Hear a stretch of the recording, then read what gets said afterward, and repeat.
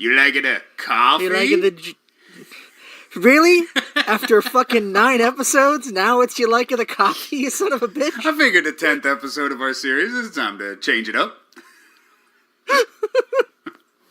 Oh, well, welcome to Saturday Night Peaks, everybody. The last episode. Yeah. Where everything's different. I need to say goodbye to this universe. So, yeah, welcome back. This is our final episode in our, I guess, recap of Twin Peaks: The Return. We took a week off to digest it. I have since watched half of the original series, which still holds up, and I like way better than The Return. It actually feels like a TV show. In fact, rewatching the original series made me dislike The Return a little more. We were on board with this so hard, and it was only the last episode that you were like, oh, now this all sucks now. And it's like, no, I liked it. I still like it. I don't know. Well, because what we're going to do today is we're going to talk about everything that happened in The Return in hindsight, because I'm sure if you listen back to our rewatch episodes, we sound like idiots, because at one point we were like, ooh, Bob's like Pennywise, and he's molesting the warden, his little kid. I don't know. I feel like, I'm curious, because you're going to have to remind me of a lot of stuff. I did no further kind of research or anything to, like, prepare myself for this. I don't even know what it's going to be, honestly, so I feel like this is more your thing, like you have screenshots and shit. Yeah, I took screenshots of pretty much every scene. This was inspired by a YouTube channel I found recently called Suck Professor, which did this with the original series. They took screenshots of every single shot. Me, I just took screenshots of the scene so we can follow along in order. And just kind of, we don't have to talk about everything, but anything that we now have new clarity of now that we've seen everything.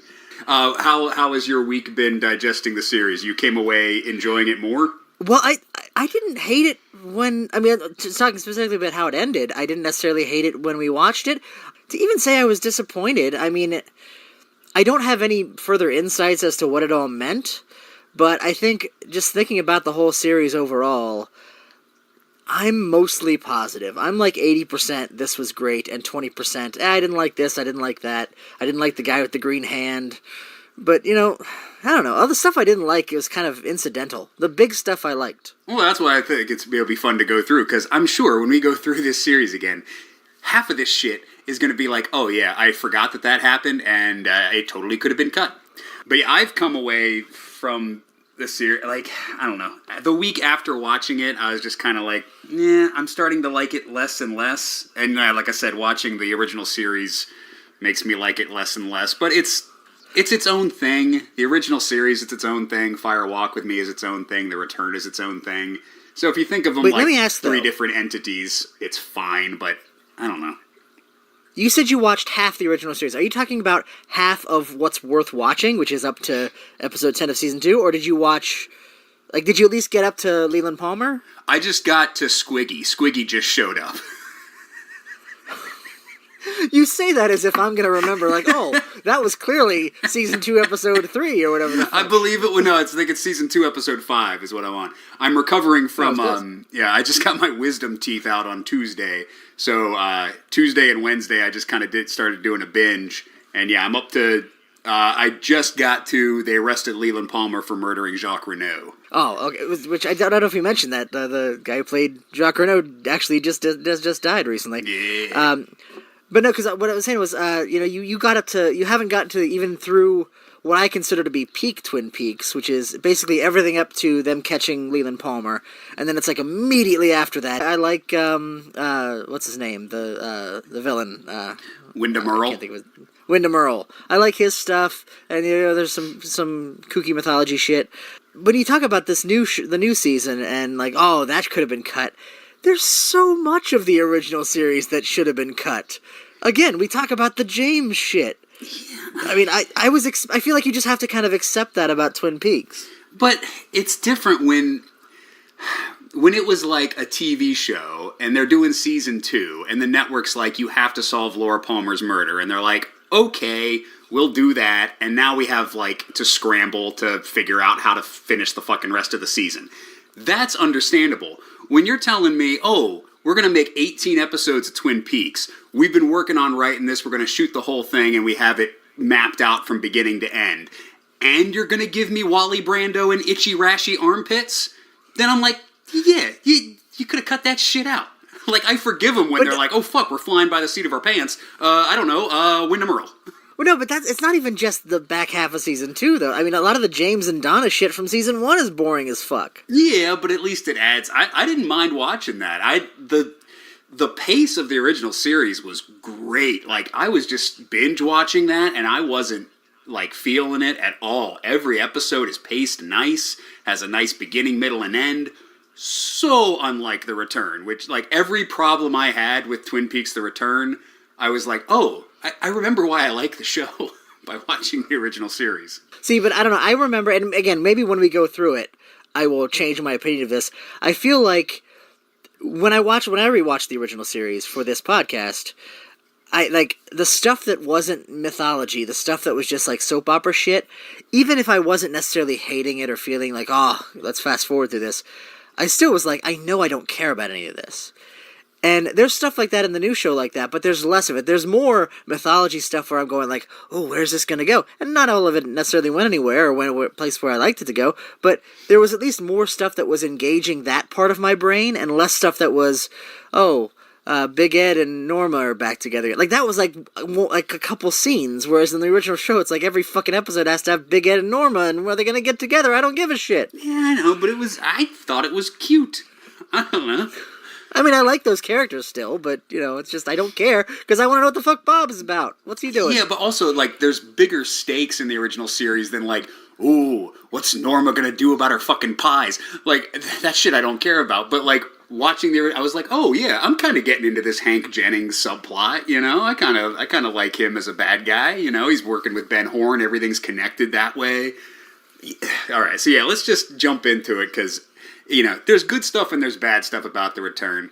I don't know where I am. I'm probably like 50-50, honestly, but we'll see. Alright, and like I said, I'm going to try to post this on YouTube so people can follow along with my screenshots. But I will also... This is never going to happen, by the way. You say that, and it's like, this is not...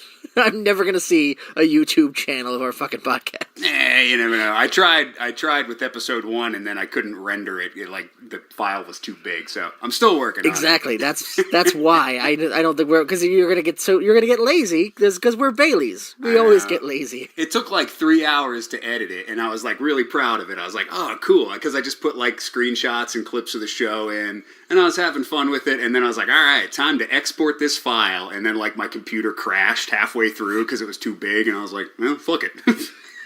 Guess I'll not do that anymore. 3 hours wasted. I know.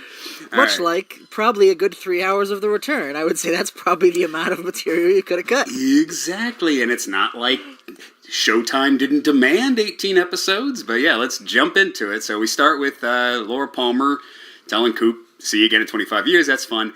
And then we're in I guess what we're calling the White Lodge, where the fireman is giving Coop some clues. Listen to the sounds. It's in our house now. And then he says, remember 430, Richard and Linda, and 2 birds, 1 stone. Now, so all of this shit is just like setting up the final episode, which, did we need any of this? I mean, I guess it adds to like mystery, keeps us engaged with the story, but... Well, yes, and, I mean, whether we need any of it, I'm kind of surprised that they didn't have, like, that sound come up other places, or maybe it did and I just didn't notice. But, or stuff like Richard and Linda came up, like Richard Horn, and there was a Linda referenced in one of the other episodes. And so it's like, it's hinting at stuff, and then of course those are apparently misdirections, because the Richard and Linda were meant to refer to only came up in the finale. So I don't know if that was a deliberate thing, like we're going to name this person Richard so people think that's what it is when it's not. But yeah, to have it all just sort of centered on that last episode does seem like, what was the fucking point of this? Yeah, but I think now that... I think the fireman is giving Coop these clues right before he goes into the alternate dimension at the end. No, I think definitely, because at the end of that scene, he fades away it's the same effect as when he fades in to travel in time. And it's also in black and white, indicating that it's the past. Yeah. So I think he goes straight from here to the woods to save Laura Palmer. Yeah, that's what I think too. We're just seeing it at the beginning, I guess, to, tease us. But once you get the reveal of the tease, it's like, I've been waiting 18 episodes to see what Richard and Linda was, and two birds, one stone is just mentioned by Gordon Cole saying, Coop once told me he's killing 2 birds with 1 stone. And we're like, oh, that was one of the fireman's clues. Hooray. See, and again, that's something I'm willing to forgive because I feel like the fireman's clues have always felt just sort of, man in a smiling bag, it's right there.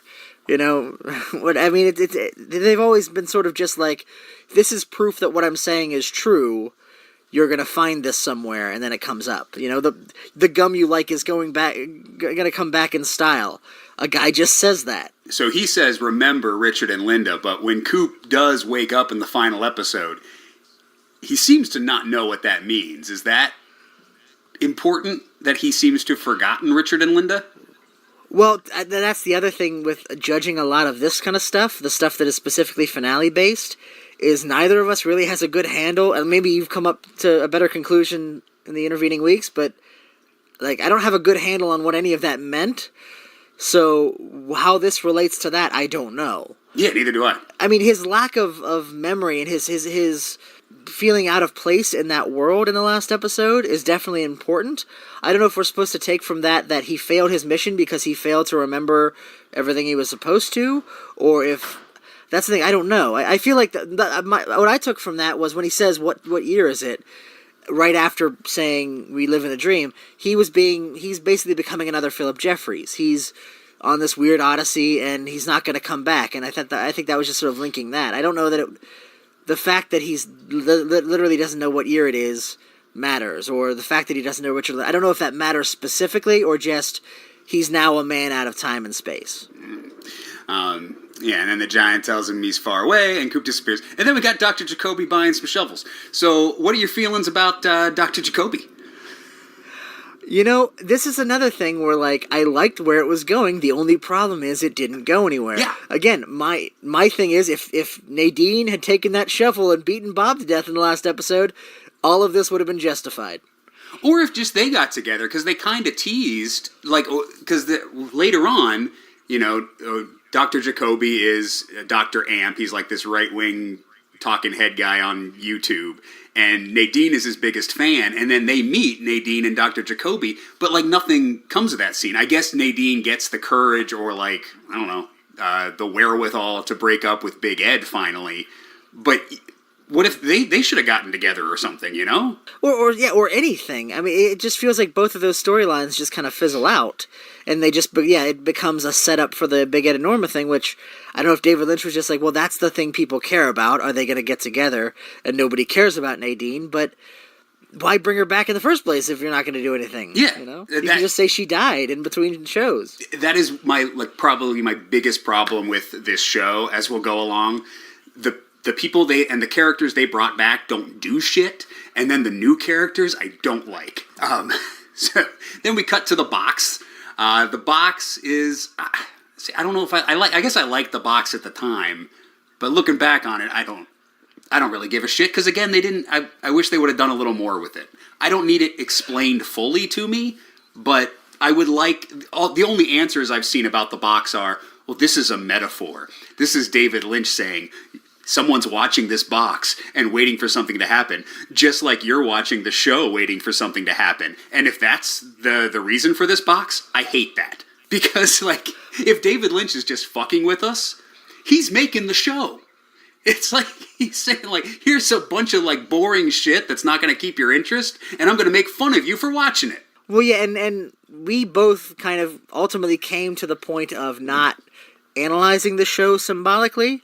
Like, we're approaching this show like you would approach, Lost, where, like, everything exists within the mythology of the show, and everything has a meaning and a connection within the show, or not. It's not a question of, like, this is only here because it's meant to symbolically represent something else. So that may be the reason. I think Lynch has even said it's not, like, that's just something people have brought to it. And he may be telling the truth, he may be lying. But to the extent that it connects it all to the story, I think there's just enough there with, we find out later that Mr. C commissioned the thing. Assuming it was not meant to attract Coop in the way that Coop eventually comes into that box, my assumption is that it was meant to trap the creature, what I'm thinking is Judy. so that kind of informs his motivations. So I think there's enough there that I was satisfied enough with what we got. Well, how's he know how this works? How does Mr. C... How did he build this box? Okay, here's my thing with that. I think Mr. C represents... Like, he knows the old ways. He knows all the rituals to summon, to get to Philip Jeffries, to go into the what do they call it? Well, it's above the convenience store, but he knows all the things you have to do, all the ancient ways in which you interact with the other world. But he's also this creature of electricity. I think he represents in a lot of ways the intersection of modern technology. You talk about, like, the spirits are represented by old fire.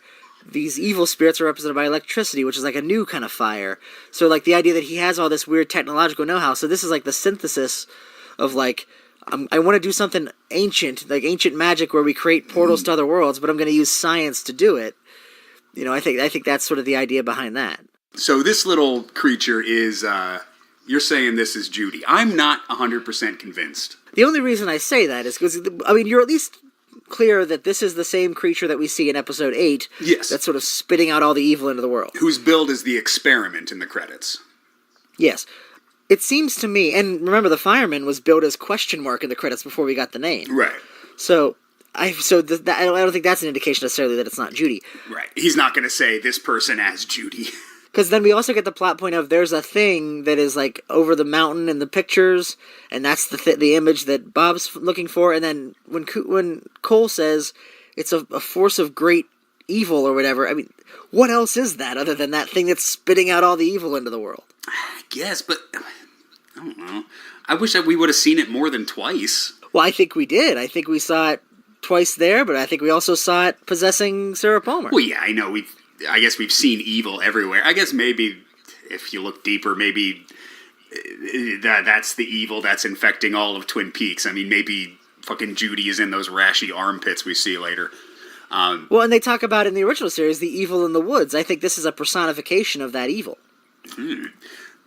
I liked this lady with the dog. I did like the fat lady that doesn't understand that she has the keys to the room. This was a fun scene. And I also like this guy, even though we don't get much more of him. But I have read theories that I guess this bowling bag he's holding, you can see in Evil Coop's hotel room later. So the theory is that this is the guy who moved Ruth Davenport's body into the room.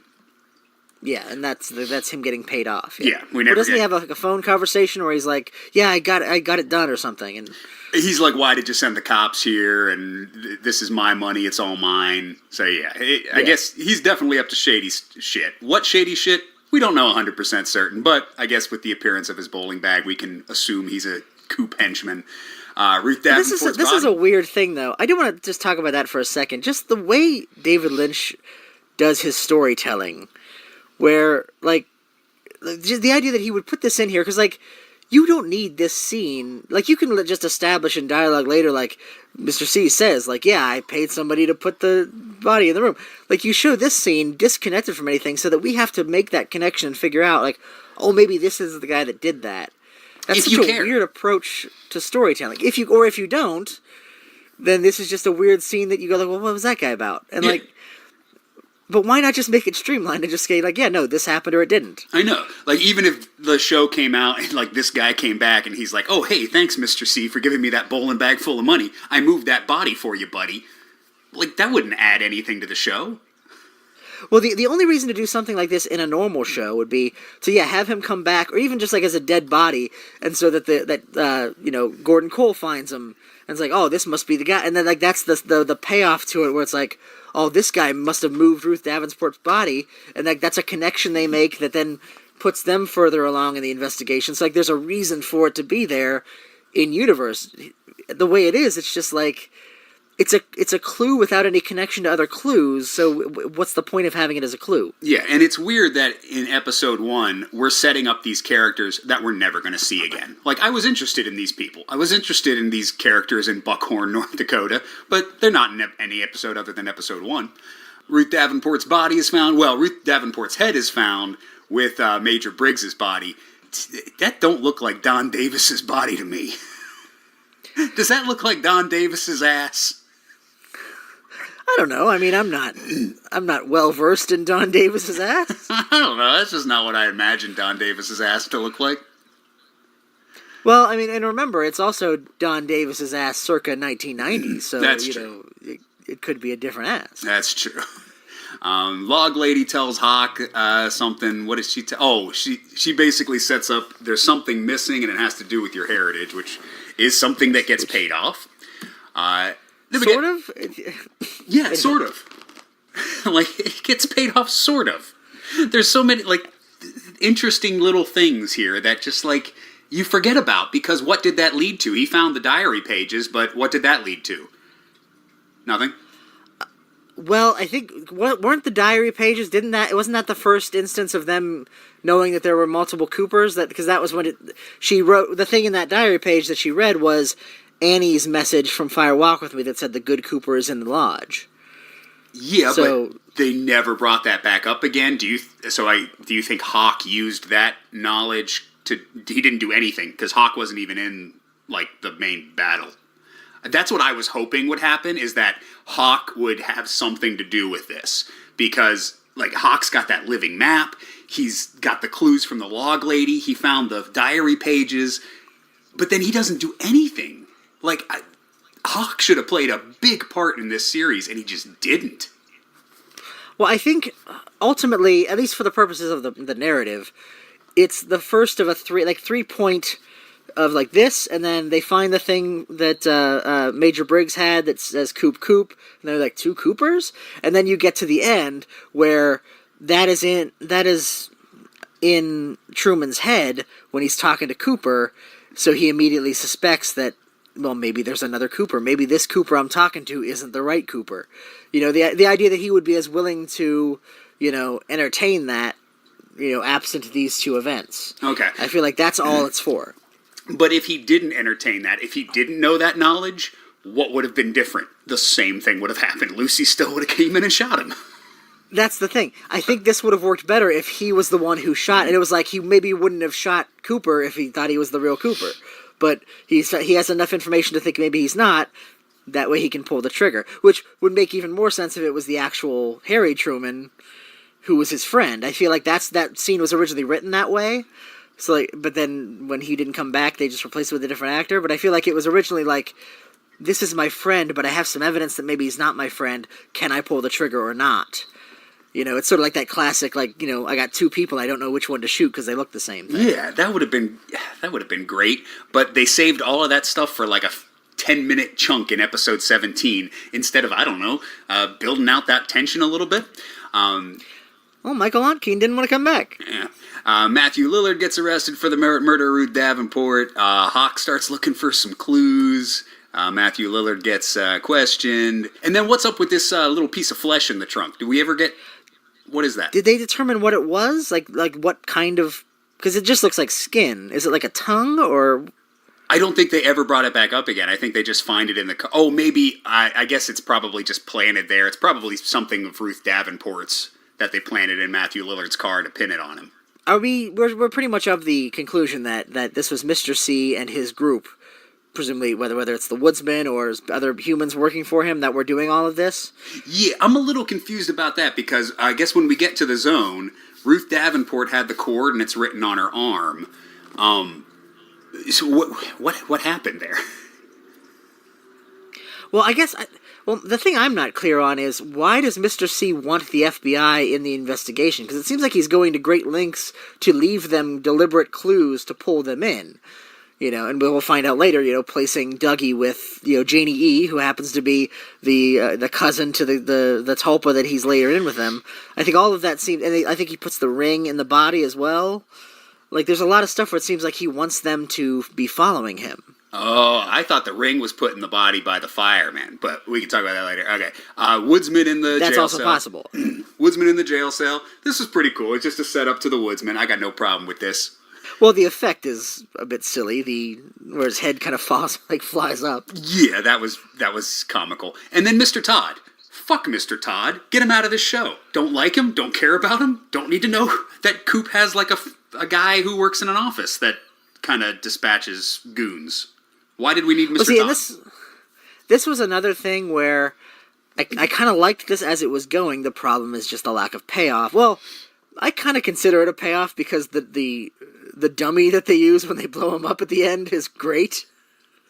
But just like his weird sort of wistfulness, where like he would have a conversation with the guy, I'm like, don't ever let yourself end up like me and shit. Like I thought like if that had become something, like if his character had meant something, like it was an interesting kind of introspective series of moments that like this guy who's just sort of a low level functionary of the bad guy, like is self-aware of the fact that like he doesn't want to be here, like he'd rather have a different life. Like that could have gone somewhere interesting, I think. Yeah, I mean it's kind of interesting that Evil Coop in 25 years has amassed this criminal empire, which includes like mid-level guys like Mr. Todd who just sit in a desk and like, you know, have a Rolodex full of assassins that they can dispatch. But well, he controls the cops too, doesn't he? I mean, didn't they imply that later on? Did they? I don't remember. I thought when Tom Sizemore goes to the cops to ask for the poison, yeah. doesn't he say like we work for Mr. Todd or something like that? Yeah. They're all connected. They're all shady. And then I forgot about this in episode 1. Hawk goes walking in the woods and he stumbles upon Glastonbury Grove, and that's where we transition to seeing Coop in the Red Room.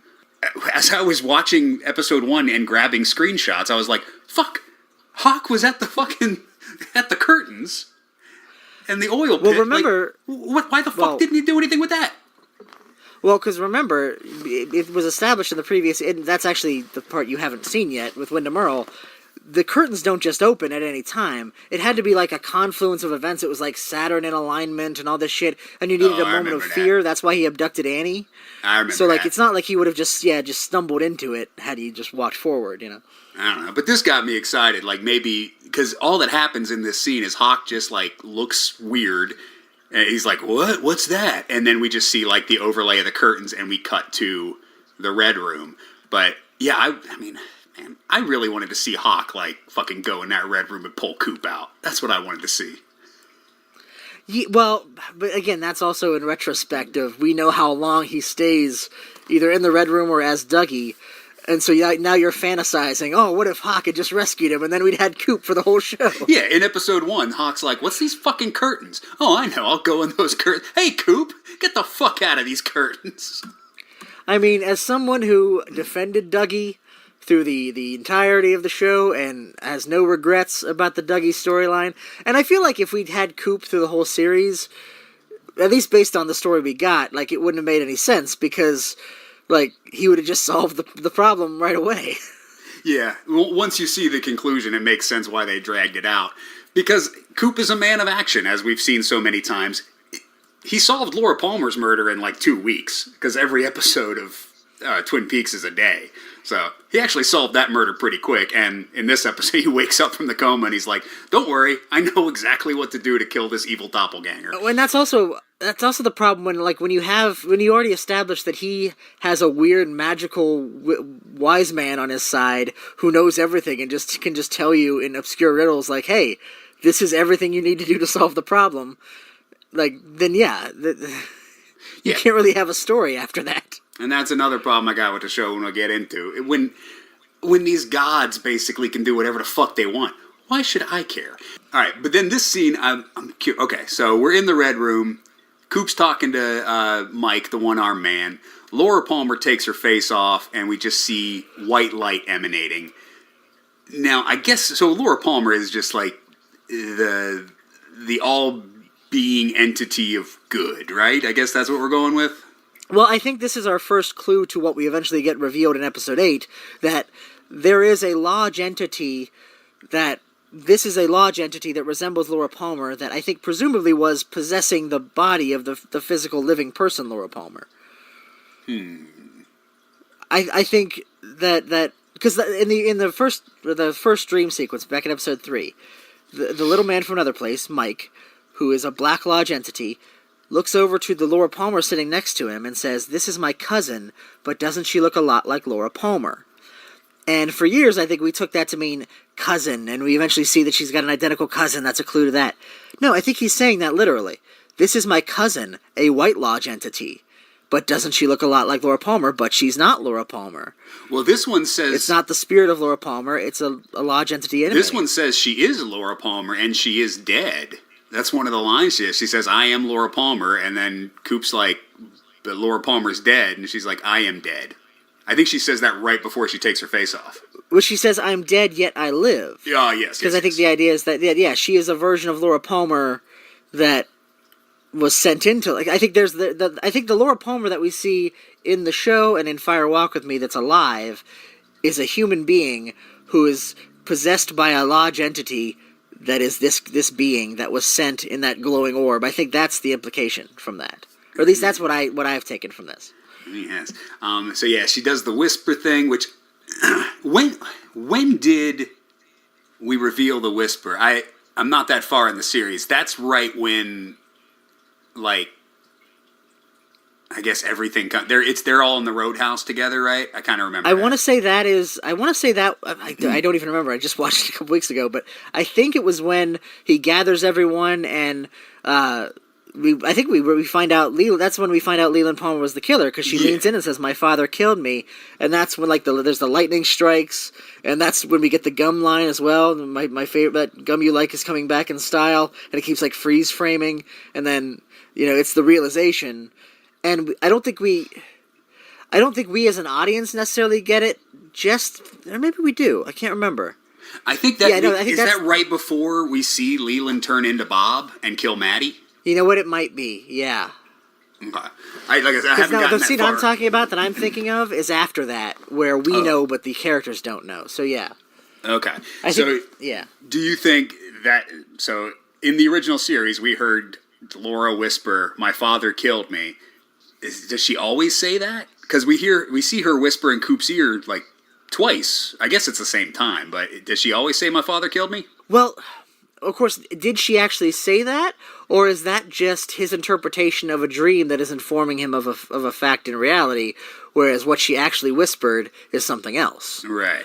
Was that just a way for his dream to tell him the truth of what he knew instinctively? Well, who knows? Because after she whispers in his ear this time, she gets like sucked the fuck up out of nowhere, and it's the same scream we hear in episode 17 when she goes disappearing from Coop's grasp. So I guess this is happening simultaneously as that scene where she is literally getting sucked out of this universe. Correct? That is my interpretation. Okay. And right after that, we get the white horse, I believe, correct? Right. And then, we see the white horses in the lodge, and then we cut right back to Mike going, is it future or is it past? So... But my theory is the white horse is Judy is present. Okay, so Judy's in the lodge, sucking Laura out of this universe, and now we're back here. That would make sense because... Yeah, this is all confusing, because then we meet the Arm, and then the Arm's doppelganger. What the fuck is the Arm's doppelganger?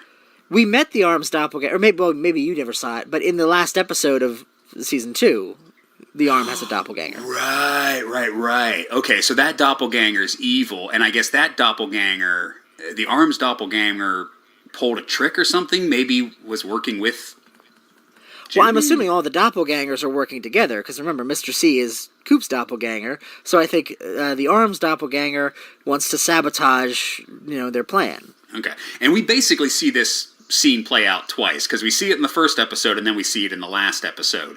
In the first episode, the doppelganger has its way, and then in the last episode, it seems like everything goes according to plan. We never even see the doppelganger, I think, in the second iteration of this. Yeah, no, we don't.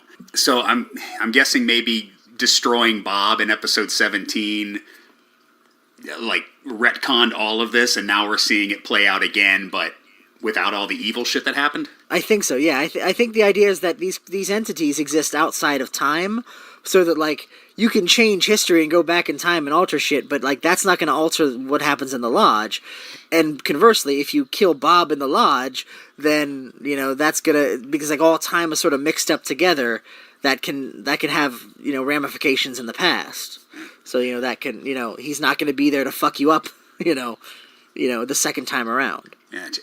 All right, Coop squeezes this guy's face off, and then, Coop says he's looking for this weird thing, which it's never confirmed in the show that this symbol is Judy, but I think it's basically confirmed in the show. I mean, Hawk points it out as the all-evil. Gordon Cole talks about the all-evil. Coop's looking for this, and he flat out says he's looking for Judy, so I guess this is the symbol of Judy. What the fuck do you think this is? A bug head? I actually read about this. Somebody pointed out that, and I didn't even notice this in that sequence, but in episode 8, apparently, when the creature, which I also think is Judy, is spitting out the world, her arms are bent back, which is, of course, another reference to, Laura Palmer's... Anthony says, my arms bent back. And that could be arms bent back. Like, that could be like, if you were literally looking straight on to Judy as she was spitting out all that evil, it would look like her mouth and her arms bent back behind her. Like, that's her mouth opened up and then just her arms bent back. Yeah. All right. So, then Evil Coop gets this call from who he thinks is Philip Jeffries, but is not. Who do we think this is? Well, I don't know. My theory was initially that it was the other Philip. It was Philip Gerard, because he says, "I want you back in the room or the lodge." It says definitely says, "I will be with Bob again," which is another thing with Mike and Philip Gerard. Or it could be Judy if the thing is that Judy is effectively Bob's mom, spit out Bob. Maybe Judy wants Bob back. It could be either one of them, based on the evidence from that scene. It sounds more like it's Philip Gerard, because we already see him throughout the show actively wanting to get Bob back, whereas Judy doesn't seem all that interested in reuniting with Bob. Yeah. Bob seems more interested in reuniting with Judy than vice versa. Yeah, the caller also says, "I missed you in New York," which I guess could indicate that it was, if the experiment creature is Judy. That's the evidence that it's Judy, because, she was in New York. Yeah, they just missed each other in New York. But I don't care. It's a mystery that I do not care about the answer anymore. Like, I could not care less who is on the other end of this phone. Unless it's referring to Coop. If you want to say that maybe Mike or Philip Gerard engineered Coop to go through that portal, hoping that Coop and Evil Coop would reunite and have their final battle right there, maybe that was what he meant by "I missed you in New York." All right. Again, I just... it's a riddle with no answer, and I'm not very curious about it. But I did notice this going back in. This is a setup for Evil Coop's prison escape when he's looking at the Yankton Federal Prison security system on his computer. So what I thought was like evil, and I think we both thought was like evil Bob shit when he's flickering with the lights.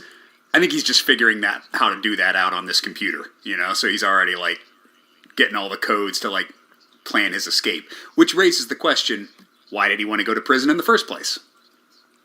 I believe, didn't we establish that it was ultimately to get Ray out because he got arrested? Oh, was Ray in the prison too? I thought Ray picked him. Oh, no. Yeah, Ray was... No, arrested. Ray was in the prison, so he got arrested so that he would be in the prison so that he could engineer it as part of his deal to get out, to have Ray get him out. What's up with Leland in the lodge, telling Coop to find Laura? Well, I take this to mean this is not, obviously it's not Bob or Leland's doppelganger, which we see in the last episode of Season 2. This is the real Leland. This is Leland's soul trapped in the Black Lodge post-death. I think he's been in this lodge with that, whether it's Laura or the Laura entity, whatever you want to say, and now that she's been ripped, all he cares about is Laura being safe, because it's the one thing he couldn't do when he was alive. So that's all he wants, Coop to do, is find Laura. Oh, so he's specifically talking about, because this does happen after Laura is sucked out of the lodge, so he's specifically saying, find Laura on your mission to do whatever you got to do. Yes. All right. And then we meet Sarah Palmer, who's just watching fucking animal torture porn. And the Bang Bang Bar. I didn't know at the time, but that's clearly fucking Judy watching Garmin Bosia. Yes, absolutely. So yeah, she's definitely possessed by something. And then the Bang Bang Bar, which, after watching the original series, I was confused by the Bang Bang Bar in the Roadhouse. The Bang Bang Bar sign exists in the original series. It's just never as prominently featured as it is in the return. So I don't think they ever refer to it as the Bang Bang Bar. I think they always call it the Roadhouse. I've never heard of the Bang Bang Bar until The Return, and that's why I thought it was a different place. But yeah, I just watched the original series, and I was like, oh, no, the Bang Bang Bar sign has always been on the Roadhouse. Why confuse me by highlighting it so prominently when you never did it in the original series? I mean, maybe that's something that he wanted to do and never did for whatever reason. But that's when we're introduced to James and Freddie. Freddie's got his green glove. Fucking this dude, Big Red, who's dating Shelly. Fuck him. Don't care about him. Don't care about Shelly, really. Don't care about James. Don't care about Freddie. Don't care about any of these people. And the episode one's over. When you were going back into this, because this was my question, was this the beginning of that same scene that we ultimately got at the end, or was it a different scene? Yeah, this is when they enter and they have the fight. Okay. And then we get the, So basically this sequence takes place basically at the end of the show. Yes, this takes place right before Freddie and James get arrested and end up in the sheriff's station. Which, why? Who knows. I guess it's just to set up things. But again, this is an 18-episode series that had breaks. Like, it was on weekly, but then there was like a month-long break after episode 8. How were we expected to follow this story? Maybe that was the point. Maybe we weren't expected to follow it. But there's no fucking possible way you could follow this story from beginning to end and just watch it. Like, you would have to, keep reminding yourself of shit that happened, or keep watching episodes over and over again until you figured it out. Well, what's the fucking point of that? Am I giving David Lynch too much credit here that he's doing something kind of clever, where, because, ultimately at the end, he's altering the timeline, and we're going back and forth in time, so that maybe the editing is doing the same thing to kind of prime us for that, and also that he's planning this knowing that, when the original Twin Peaks was out, home video wasn't really it was a thing, but not, there wasn't an expectation that they would design the show around repeated viewings. Whereas now, that is definitely the case. He knows that people are going to be getting this on Blu-ray and analyzing it, so he's kind of designing it with that in mind, that, you're going to have to piece this together on your own. I don't know. Maybe. Well, because, a theory I had was, maybe the Twin Peaks we're seeing is already affected by the time shift, and that's why everything seems a little weird. Well, there's definitely stuff that could be editing mistakes, or could be, and I guess there was that scene where Big Ed was looking out of the window. I don't know if you saw that. Yeah, where his reflection glitches. Yeah, which again I didn't notice at the time, but I saw a recap of it, and that's probably an editing mistake, or it's not, or it's something else. It seems like a mistake you couldn't possibly make on accident.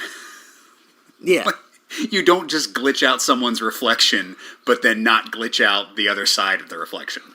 So, I'm wondering, how much of that, later on, when we see Shelley has that conversation with her daughter, and, that's the last I think we see of either of them, and my thought was, and then, the next scene, I was like, oh, she's clearly, murdered. That scene in the woods is them indicating that she was murdered, but we don't get any confirmation of that either way.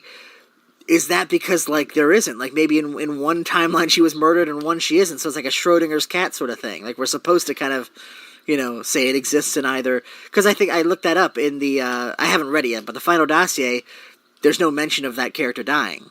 I don't like any of that. I don't want to do fucking homework to enjoy a show. Just tell me what the fuck happens to people. Oh, that's another thing, apparently, in the final dossier, or maybe you mentioned this already, that exists in the altered timeline. Apparently the last chapter, she's, forgetting the original history and shit. Oh, I haven't read it, but yeah, no, I've heard that it follows Laura Palmer's disappearance instead of murder, so... Yeah. All right, so yeah, now we're in episode 2, Coop's in the fucking lot. All right, so this Nido character... We've been talking for an hour, by the way, and we're on episode 2. I know. I think it'll speed up once we get past the introductions and shit. So this Nido character, this is Diane. What's going on here now? Now that we know that this Nido character is Diane, what'd she do here? Okay, so remember, this place, which is where it's another section of where the White Lodge, or where the fireman is anyway, whether it's the White Lodge or not. Definitely, because we see the ocean when Coop falls into it. Yeah, but outside of this place is the same place where presumably Judy was. Because remember, Judy also came through that portal into the box. So if we know that leads to the same place that Coop is now, Judy is somewhere out there. So when we see the banging, presumably that's Judy banging to get in. Like she's trying to get into the White Lodge. Is that... I'm assuming that it must be the same place. And if this is... Are we saying that Naito or Diane was put in here by Evil Coop then? I would imagine. I have my question about Dougie, but Diane, they kind of spell that out. They say Evil Coop raped her and then took her to the convenience store. So I guess this is... I don't know. I guess it's weird David Lynch shit, that why she has no eyes, but I guess that's just what happens when you create a Diane Tulpa. The other Tulpa turns into an Asian lady with no eyes. Either that or he put her in this body for a specific reason. Maybe he didn't want her to see something specifically, or... I don't know, but I also detect that this thing that this machine looks very similar to what we find out later Philip Jeffries turns into. Are we supposed to make that connection? Oh, I thought it was more similar to like the big bell that was ringing when the firemen heard the nuclear explosion in episode 8. Well, I kind of feel like they're all the same thing.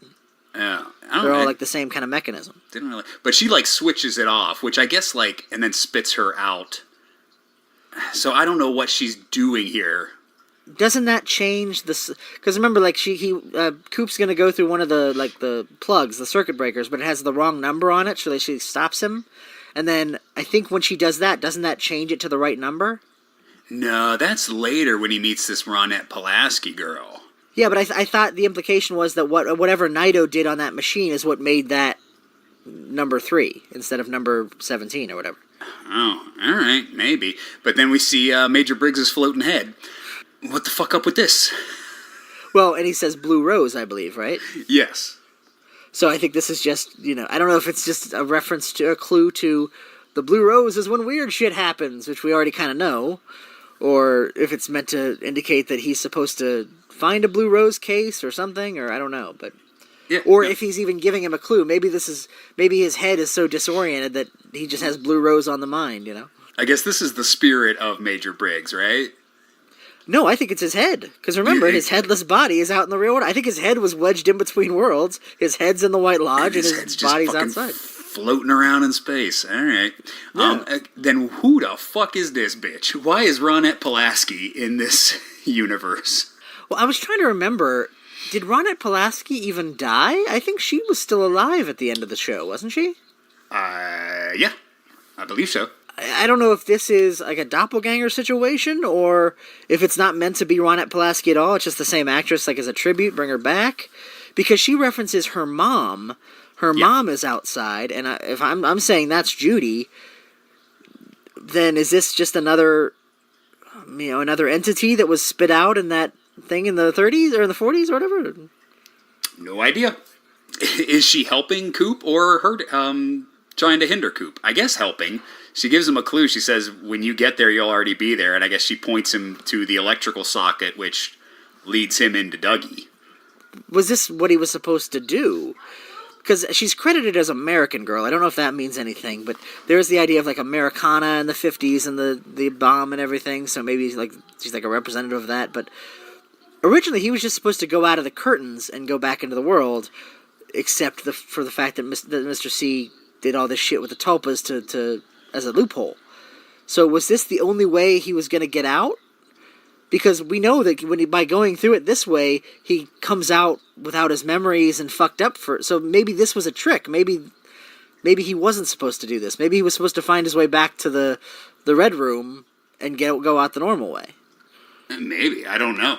Well, because are we supposed to assume that electricity is where the evil entities use to travel, or all the entities do? Because I think the fact that I think that's the thing, is he uses their methods. He uses electricity to leave into the real world, and that's why he's fucked up when he comes out of it. Well, because he travels through electricity to get to the other dimension too, right? But that's into an evil fucking dimension. Yeah, I think it's using like Judy's portal. So none of the good entities. A giant owl-shaped electrical outlet thing. All right, so none of the good entities use electricity The closest is Mike, who is technically a kind of a good entity now, but he didn't start out that way. Right. Because I think the implication is that in Fire Walk With Me, Mike traveled through the number 6 pole because he writes "Let's Rock" on the windshield. Right.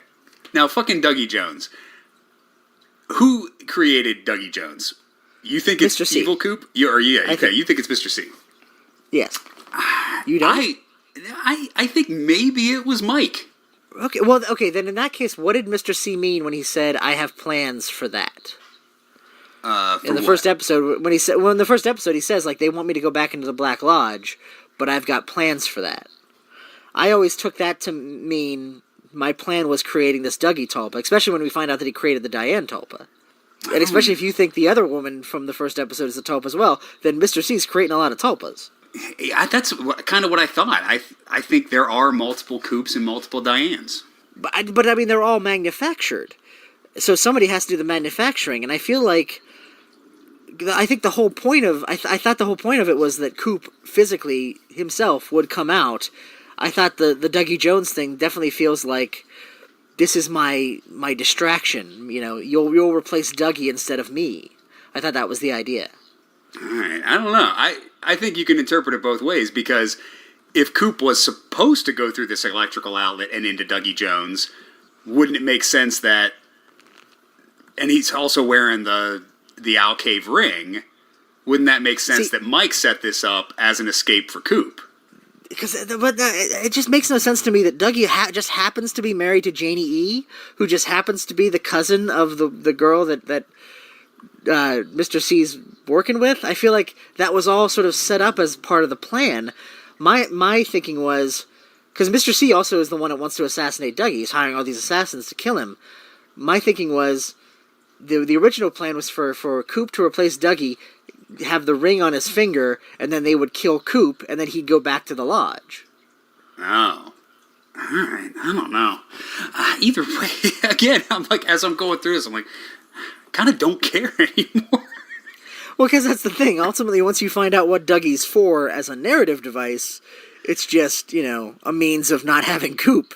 So it's like, almost feels like a betrayal. Like, oh, there's all this mythology about tulpas now that I really wish we wouldn't have had and would have just had stuff I liked. Yeah. Then we get a duet of vomit. No problems with that. No, I like that. Dougie Jones ends up in the red room. Mike tells him he's a fucking tulpa and pops his head off, turns him into a seed. I liked all of this. I did as well. And I feel like because they have this weird, like, egg thing that hovers over it. Yeah. I think that's meant to be the same eggs that are coming out of Judy in the episode 8 as well. Oh, maybe. Then Coop wakes up. Okay, the 119 lady. Do we spend time on this, or do we say fuck it? I think she was just trying to say 911 and she was talking backwards, because people that are touched by the other realm talk backwards. And I think you can get high, and that sort of takes you to that other realm as well. It's something I don't like, because it was episode 2, it was weird, and they didn't do anything with it.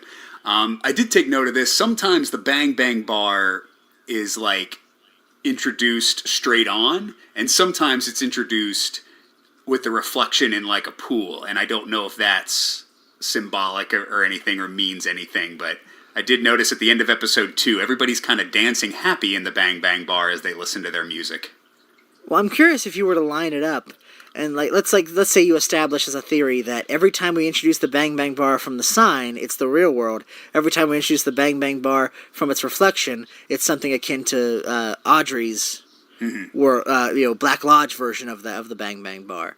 Because I definitely think that's, if it's not meant to be a literal interpretation that way, whenever you see something reflected in a puddle of water, I remember it as the puddle of oil that reflects the curtains, which is also seen at the end of the last episode. You see like a cup of coffee with Laura's face reflected in it. So I think that's meant to be like reflections as a reflection of the other side. Brett Gelman shows up, Ethan Suplee shows up. Yeah, we don't have to talk about any of this, except Janie E. It can't be a coincidence that Dougie is married to Janie E., who's also the cousin of Diane. Is Janie E. also a tulpa? I don't think so.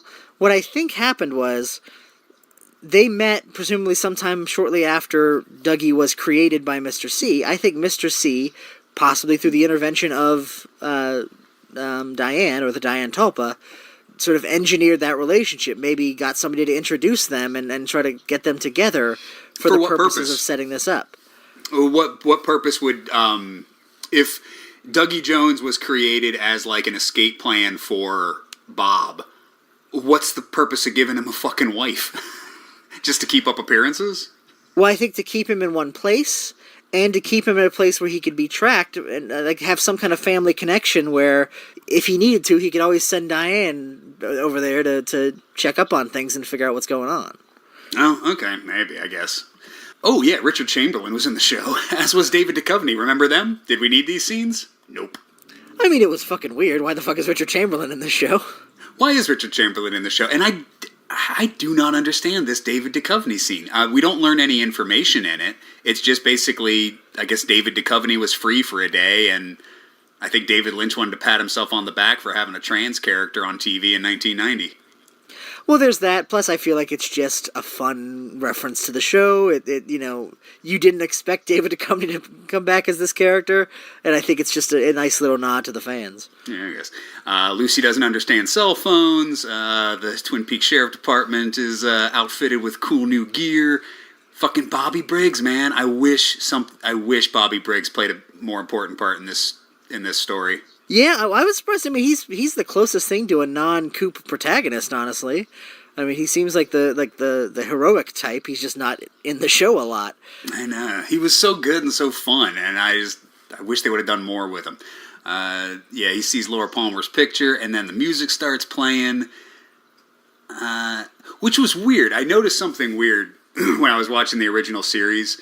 It was the episode I just watched. At one point, Bobby and Shelley are in a car and they're listening to music, and it's like Angelo Badalamenti music that they're listening to, and they're like, "Hey, change the channel," and they change the channel to like 1950s. So it's like the Angelo Badalamenti score was diegetic, your favorite word, in the scene.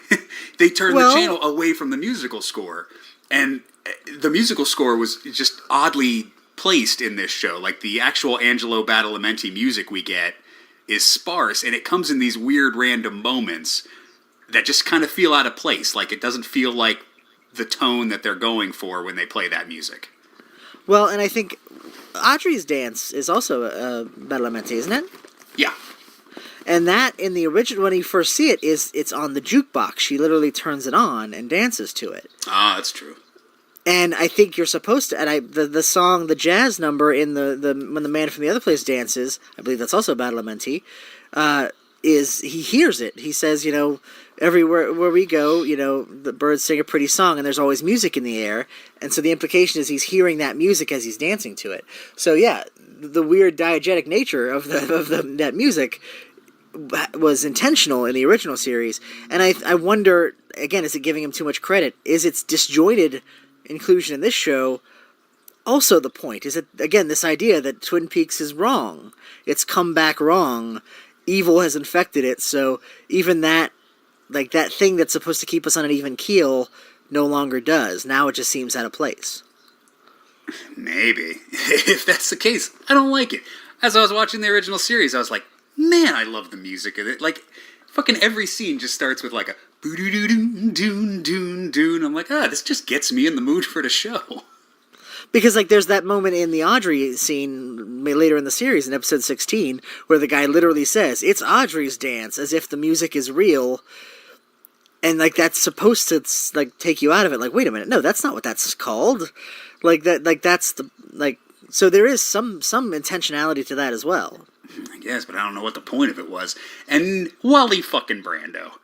Now, you can Are we saying we don't like Wally Brando? Because I love Wally Brando. You can take your fucking Nadine with superpowers, you can take your fucking Pine Weasel, and you can shove them up your ass. Because The Return gave us Wally Brando, which, no, I did not like Wally Brando.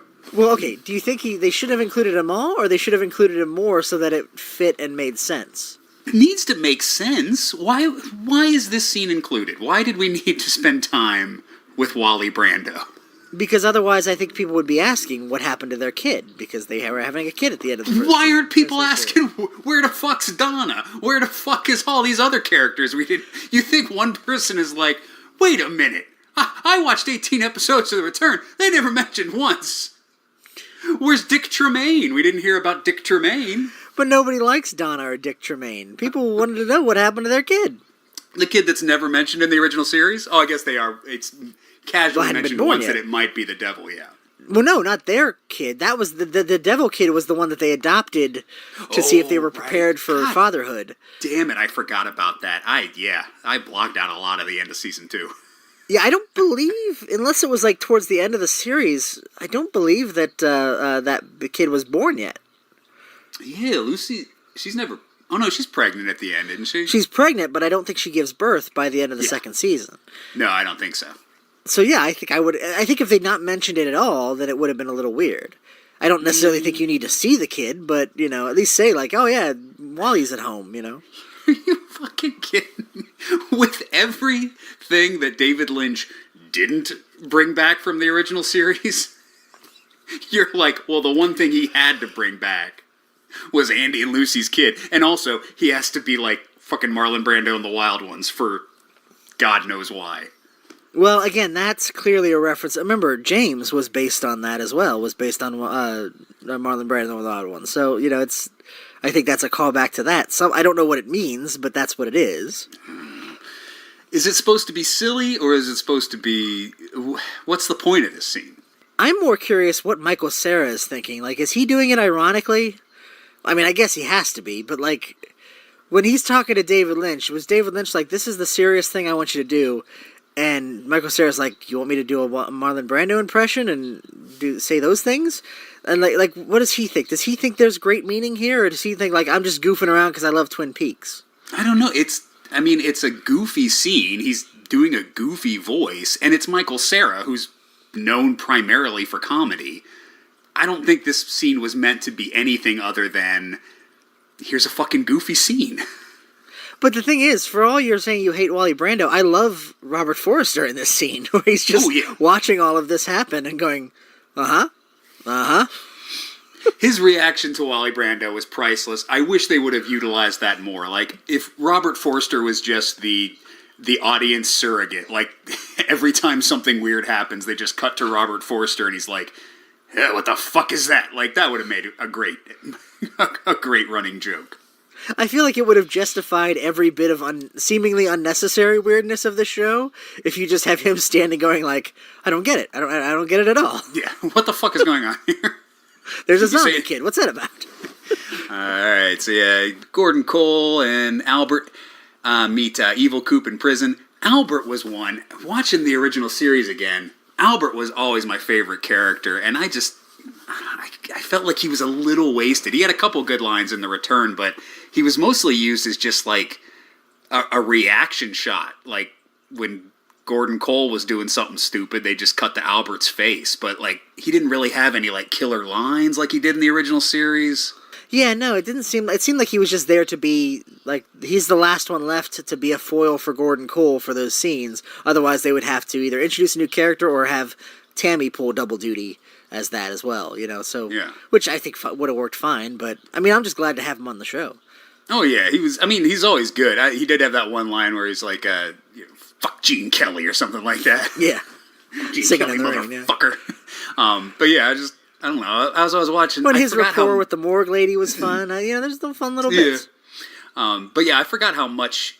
I didn't remember him being in the original series as much as he was, but he was like in almost every episode for at least a string. Well, it seems like I think we take for granted how few episodes of Twin Peaks there actually are. It feels like there was more of that show than there was, considering how much of it we loved. But like, you know, there's only 8 episodes in the first season. Yeah, I watched the first 8 episodes in one day. It was nice to see Jane Addams as the mortician. And yeah, the ring that they find in Major Briggs's body. We never get clarification of how it got there, but I was always assuming it was the fireman because the fireman took Coop's ring in the original series. It would make sense. But why is it Dougie's ring? See, that's what made me think it was Mr. C, for the same reason that I think he engineered Dougie to be with Janie E, so they'd have that connection. So, because ultimately, for whatever reason, it feels to me like he definitely wants the FBI, specifically these FBI agents that he knows from being Cooper, to be on his trail.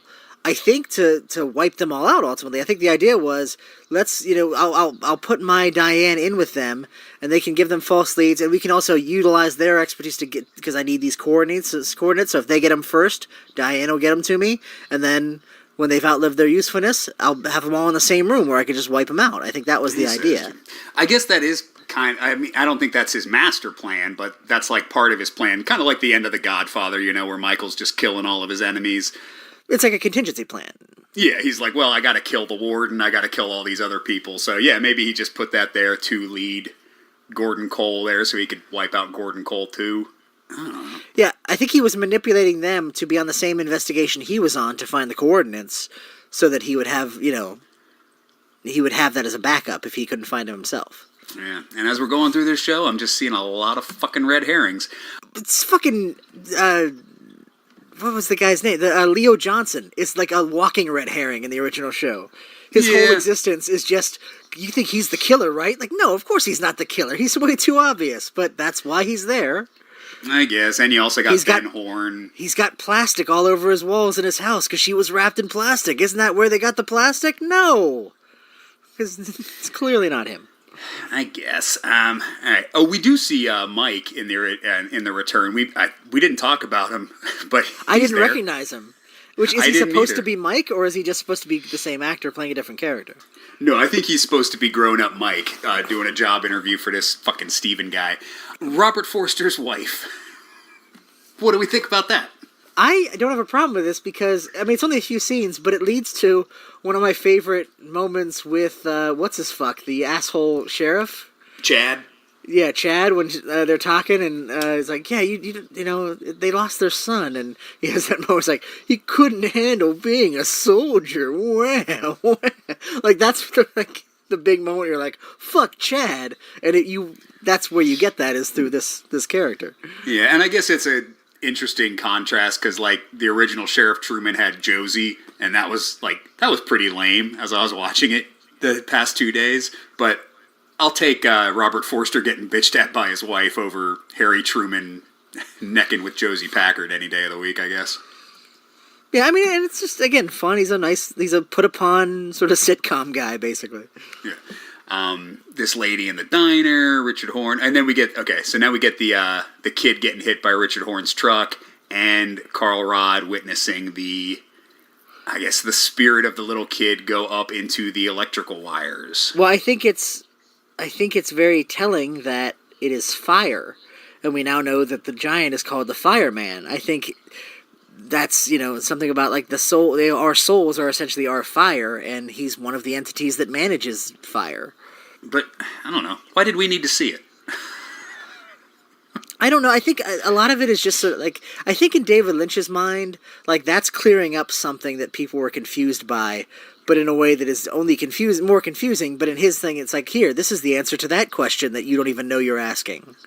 Well, I mean, it did give us clarity of what Harry Dean Stanton meant in Fire Walk with Me when he says, I've already been places. It's like, oh, okay. This character played by Harry Dean Stanton has some connection to the lodge, as we can tell from this scene, but nothing comes of that. I get the sense with a lot of Twin Peaks, especially The Return, and everything from like Fire Walk with Me and The Return, that David Lynch is kind of frustrated. Not that we're asking him so many questions and coming up with theories, but like I think he thinks he's clearer than he is, and I think he's kind of frustrated that we don't get it. So then he keeps putting stuff out there like, see Fire Walk with Me, get it now? And then we're like, no, what? And then it's okay, fine. Here's The Return. Get it now? No. And we're like, no. And he's like, I don't know. I think I've made it as clear as I can, because he doesn't understand that he's a fucking weirdo. Like, he thinks this scene is like, oh, that definitely solves the mystery of whatever, Like in his head. This is kind of like your Wally Brando theory. It's like, were we really curious about Carl Rod, the guy who owned the trailer park in Fire Walk with Me? Like, if Harry Dean Stanton wasn't in the show, I wouldn't be like, hey, where's Harry Dean Stanton? It would make perfect sense that Harry Dean Stanton wasn't in the show. In fact, they had to move the Fat Trout trailer park to justify him being in the show. Well, it's like I was reading something online where apparently David Lynch was kind of mad that people were talking about Philip Jeffries, specifically the way he transforms, and they were talking about, they thought his the thing he was in was a coffee pot, because it kind of looked like a coffee pot. And they were like, making all these theories, like coffee, and is he the fish in the percolator from the first episode, that kind of thing. Oh. And David Lynch was like, no, it's not a coffee pot, it's just a machine. That's all I meant it to be. And it was like the tone of it was like, why the fuck would you ever think it was a coffee pot? Like, he definitely thinks he's telling a different story than we're getting. I guess this is all supposed to be clear. And yeah, then we see the telephone pole with the 6, which... What are your theories about this? Because we've seen the telephone pole with the 6 a couple times. I guess this just indicates that this is definitely lodge entities using this pole. I think the fact that it shows up where it's not supposed to be, because the first time we see it, it's in the other Fat Trout trailer park, and somehow it is moved. Obviously, he didn't move that post, and then later on we see it in the other world in Odessa, Texas, in front of... it's outside Carrie Page's house. And the implication is they travel through electricity, and you hear in Fire Walk With Me, you hear the sound, the whoop whoop whoop whoop whoop, which is what Mike says. He says, I am the arm, and I sound like this, whoop whoop whoop whoop whoop.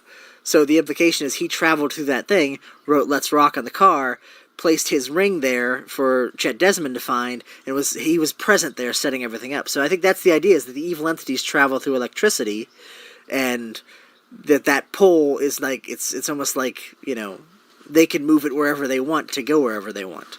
Right. Maybe it's just like a giant switchboard thing where there's like someone controlling where all the different levers go. Maybe that's what Naito was doing when she was flipping that switch. She was making port 3 go to Dougie Jones. All right. More Mr. Todd, more 119 lady. Why do we keep cutting back to the 119 lady? I believe it's the same footage from the previous scene, right? I think so. I think this is the exact same screenshot we just looked at like 10 minutes ago. I don't think so. I mean, obviously we know it doesn't connect to anything. I do think it's interesting that just a random person on drugs would be talking backwards, which is obviously like the universal symbol on the show for weird otherworldly shit. I wish that we'd actually gotten more of that.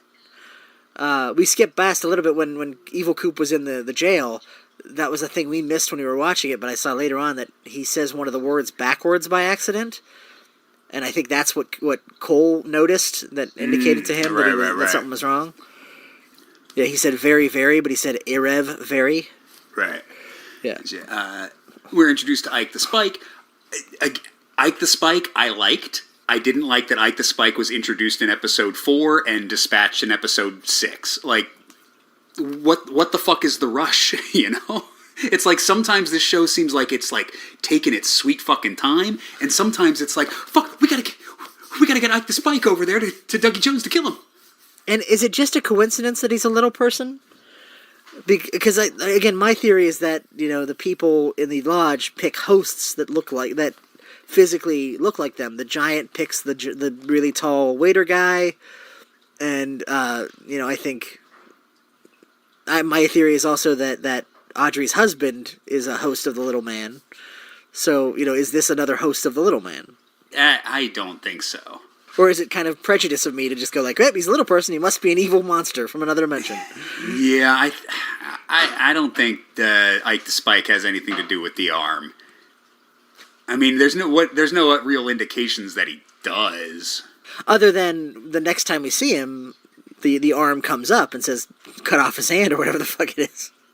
Yeah, but that's the arm talking to Coop. I don't know. Hawk finds the diary pages. Chad goes to take a shit. And I'm still unclear as to why. The implication, I think, is that Leland Palmer hid those pages in the bathroom. I guess. I was watching that, like, when that could have taken place today. Because, Leland shows up in the sheriff's department looking for Jacques Renault when he finds out that he's in the hospital before he goes kills him. So I guess he would have done it then, or maybe when he got arrested, they let him just take a shit, and he did. Like, that wouldn't make sense either. I don't know how the pages would have got there. But, I mean, I would assume he'd be the only one that was in possession of them, but the thing is, why do it that way? One, if he was trying to hide them, because I think they theorized that he was trying to hide them, why not flush them down the toilet? Burn them, yeah. Unless it was Bob who was hiding them deliberately for a reason. Oh, what would that reason be? Well, I mean, obviously it would have been Bob, regardless. But, I mean, I don't know if he was, like, maybe setting it up, like, as a weird thing, like to tease them, like, eventually they'll find this after I'm gone or something. I don't know. Maybe. I don't know. I just don't know why he would do that. This scene, what does... so Andy is inquiring about the truck that hit the little boy. He goes and talks to this, like, hillbilly-looking dude. They arrange a meeting where they can talk about it, but this guy never shows up. And then when Andy leaves... Oh, maybe that's later. But then there's, like, a weird, like, sound in his door. This guy, like, is very sketchy. He's like, dude, I can't talk about it now. Is there some weird lodge shit going in here? Or does he just know that his truck was used in a murder? Maybe Richard Horne is still, like, in the house. Well, remember, through most of watching the show, as the mysteries were unfolding, prior to our introduction to the guy in the jail cell at the end, the guy who we were like, is he a Tulpa? Is he Billy? I was thinking this guy was Billy. Oh, and his disappearance was what everyone was talking about? Yeah, because remember, and presumably Richard Horne was the one who killed him to cover up the truck. Because remember, the idea was that Billy had his truck stolen from... Oh, do they talk about a stolen truck with Billy in the roadhouse? In the Audrey scenes with him and her husband, that's what the phone call was about. They're talking about, like, yeah, did you hear Billy got his truck stolen? But he doesn't say stolen by Richard, he says stolen by... somebody else who is the guy that James that gets punched out in the James scene. It's that guy. Okay. But I think the implication would be that nobody wanted to pin it on Richard because they knew he'd kill him. So somebody else took the blame for stealing the car, but it was really Richard. And so like that was all detailing that, just like in a weird roundabout way. All right. And can we just, while we're looking at this screenshot, can we one more time focus on Andy's gut? What is going on here? It looks like he either has a tumor or it's fake. That is fake, right? I mean, it could be. It could be just like, I wanted you to get really fat in the intervening years, and he hadn't gotten fat enough. All right, I need to put this to bed right now. How fat is this actor? Andy Twin Peaks. It's fake. Yeah, look. He's not that fat in real life. Yeah, it's got to be padding. That's him at the premiere. Yeah. All right, I guess they just did it to make him look dumber. I guess. Or goofier. All right. What do you think the point of that is? Why'd they give Andy a fake gut? He's a comic relief character, and I think that's David Lynch's sense of humor. All right. Okay, so where are we now? We see Doc Hayward. That's the sequence where we get the first implication that Richard Horne was a Mr. C rape baby.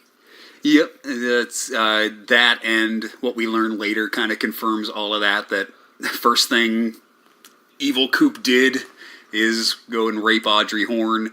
The military comes in to see Major Briggs's body. There's a woodsman back here, so I guess the woodsman... Why is the woodsman in this scene? Just because Major Briggs is there? Yeah, I think they're sort of hovering around all of this to kind of keep track of it all, which is why they ultimately are by the car to kill Matthew Lillard. Yeah, I guess because this has to do with the zone, too. So yeah, I guess they're very protective of the zone. Diane confronts Evil Coop. We don't know what's up here yet, but how much... So Diane has no idea, obviously. She doesn't have any idea that she's a Tulpa here. But she does... Does she remember the rape at this point? Or does she get those memories back later? I don't know. Well, because otherwise, why is she here? Because I assume she's working for him, at least at this point. So is this all for show? Or why... Yeah, this scene doesn't really make sense in hindsight, knowing that unless Diane has no idea that she's working for Coop, she's getting those text messages. Maybe those text messages are sparking whatever, Oh, that's interesting. Yeah, if maybe she's only working for Coop when he's influencing her. Otherwise, she doesn't understand that that's what she's doing. Because otherwise, it wouldn't make any sense. Because otherwise, she's just putting on this show for no one. I mean, I can believe that. Is a theory that who the fuck cares about? Andy's like, hey, where's that dude? And just you don't care about any of it anymore. Has the last episode of this ruined everything about Twin Peaks for you? Kinda. Like, it almost makes me not like the universe anymore,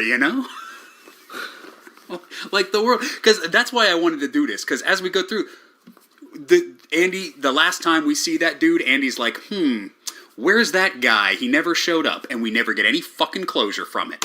So the only closure we get is that we hear like a sound coming from the guy's house. So and I guess he's been murdered. I felt like you were sharing my excitement as we were watching it, and it's like such a sea change. It's like right away you're like, fuck this and everything about it. Yeah. Because I thought maybe things were going places. But when they're not, it's like, well, why did I have to fucking watch it? You know? Here's one of my biggest complaints. Ashley Judd and her husband. What's this scene? I don't know. I feel like this was meant to just justify that storyline between her and Ben Horn, and like why he was reluctant to, because the idea is he's divorced or at least separated from his wife. So you mean the storyline where they had like 2 lines of dialogue together? Well, I think, but it's all meant to sort of establish where Ben Horn is in his life, that he's trying to be an honorable man. Because the last time we saw Ben Horn, he was still the evil fuck. Whereas now, this is him like an older, more reformed Ben Horn. So this is giving him a chance to show that by not wanting to compel a woman to cheat on her husband when she really wants to. Right. So he's a good guy because he's not fucking Ashley Judd. He does pay for that girl's medical bills, and I guess Ashley Judd's husband has some disease, so maybe he's paying his medical bills too. Maybe we're talking about sickness as a reflection of the evil in the world. Maybe that's part of that as well. I don't know, but I hated this. Like, so Ben Horn and Ashley Judd are just looking for a hum in the Great Northern. Okay, that's interesting. What's this hum? Where is it coming from? Where is it leading to? And then Ashley Judd, we just follow her home and she talks to her fucking husband for like 10 minutes. Yeah. And then we never see either of those characters again. I think we see Ashley Judd again. Maybe once, but we never see this dude again. No. And yeah, it never adds to anything. Nope. But that's the thing. A lot of that, like one line or one moment where somebody mentioned the sickness as a pervasive thing would have covered every instance of that. It would have made the zombie kid make sense. It would have made that guy make sense. It would have made the rash lady make sense. Anytime anybody's sick, the guy in the jail cell, you could just one line to bring it together where, Little Man from Another Place or Philip Gerard or whatever was like, because of Bob, everything's getting sicker. And so, but the idea is like David Lynch just leaves that line out. It's like when he made not Mulholland Drive, Lost Highway. He said that he basically wrote a mystery and then he just took out like the 3 exposition scenes that gave you clues to it. It seems like such a fucking fuck you, to put all this shit in the show and never like pay it off at all. And then when you go back because this is why I don't like the show. Because when I go back and look at this shit, I'm like, oh yeah. And all I remember is like this shit. I don't remember the shit I like. I remember itchy armpits and this guy with fucking cancer. See, it's weird because when I think of my rewatch of the original series, I remember all the stuff I had to fast forward through. Huh. And when I remember this show, I just remember the stuff I liked. And I kind of forget about this stuff. Because I'm thinking like he brought Johnny Horn back. What was Johnny Horn in the original series? Like, you think that was going to come to something, and then it didn't. What did he come to in the return? Nothing, but there was clearly some clue of some sort of supernatural shenanigans. Maybe. Sweeping Peanuts, we talked about Sweeping Peanuts. So this Best scene in the series, easily. In all honesty, I didn't mind Sweeping Peanuts. Coop escapes from prison, and yeah, here's the Where's Billy scene, which you can tell they just cut to a different camera angle, and people are, in different locations. So yeah. I don't think it's a weird time shift. I just think, but you would think if they were just like, okay, we'll have the camera set up here, and then we have the camera set up here, they would shoot this the same day, so they would have the same extras, Well, but that's an easier thing to fuck up in terms of whether editing it wrong or just, staging it wrong, people milling about, than what we talked about with the Big Ed in the mirror scene. Yeah. Like that seems like it's deliberate, whereas this seems like it could be deliberate or it could just as easily be nothing. Yeah, this could have been just like, okay, extras, do you remember where you were sitting? And then they're like, no. And then they just forgot and moved to different places. Thing, yeah. Could be. But you would think, like, if fans noticed it right away, you would think an editor would notice it right away and be like, oh, all these people were in a different position. Why don't we just stay on this shot for the end credits? And you would also think that David Lynch would be extra cognizant of shit like that because he knows that they're going to be dissecting everything and treating everything as a clue. So if he didn't want you to think that that was something, he would have made sure that it didn't seem like something. But if it's not something, what is it? Why are we ending this episode not at the Roadhouse like we've ended every other episode, but we're ending it with this guy screaming in the Double R Diner, "Where's Billy?" And then we just roll credits over people eating pie. I mean, am I giving it too much credit to think that he deliberately didn't want this scene to happen in the Roadhouse? He didn't want every reference to Billy to be Roadhouse dependent, like to establish this as something that other people outside of the Roadhouse are also talking about Billy? Maybe, I don't know, but while we're on the subject, fuck Billy. Are you souring on the Audrey stuff as well? Not the ending of the Audrey Because that's stuff. where we got some resolution. But if all of this Billy shit is just lead up to Audrey, I could have done without it. Because I didn't even make the connection the first time I saw it. I didn't make that connection until the second time I saw it. And I was like, oh, okay, I guess I know what's going on. But I also didn't need it. I don't know. I mean, I like the, at least centered around the Audrey stuff, which I guess we'll get to. I like that they're creating this sort of little world through tiny events and conversations that's all leading up to, is this real or not? Like, it's all a clue of whether or not we're even in the real world. I like that approach to that story, in retrospect. I find it needlessly confusing. Let's see, next episode, Coop and Ray. Oh, this is episode 8. Okay, so Ray shoots Coop. The Bob Orb What do you think about the Bob Orb? I didn't mind it in episode 8. I hated it in episode 17. We've already talked about it. But I guess if this is the only way to get Frank Silva back in the show... Well, and I also wonder, like, would the sequence where Judy is spitting out all the evil, including the Bob Orb, would that have been different? If Frank Silva was alive, would we have seen, like, an actual Frank Silva just, like, flying down and onto the world? Maybe. Who knows? Yeah, I would be curious as to how they would do this if a lot of the actors were still alive.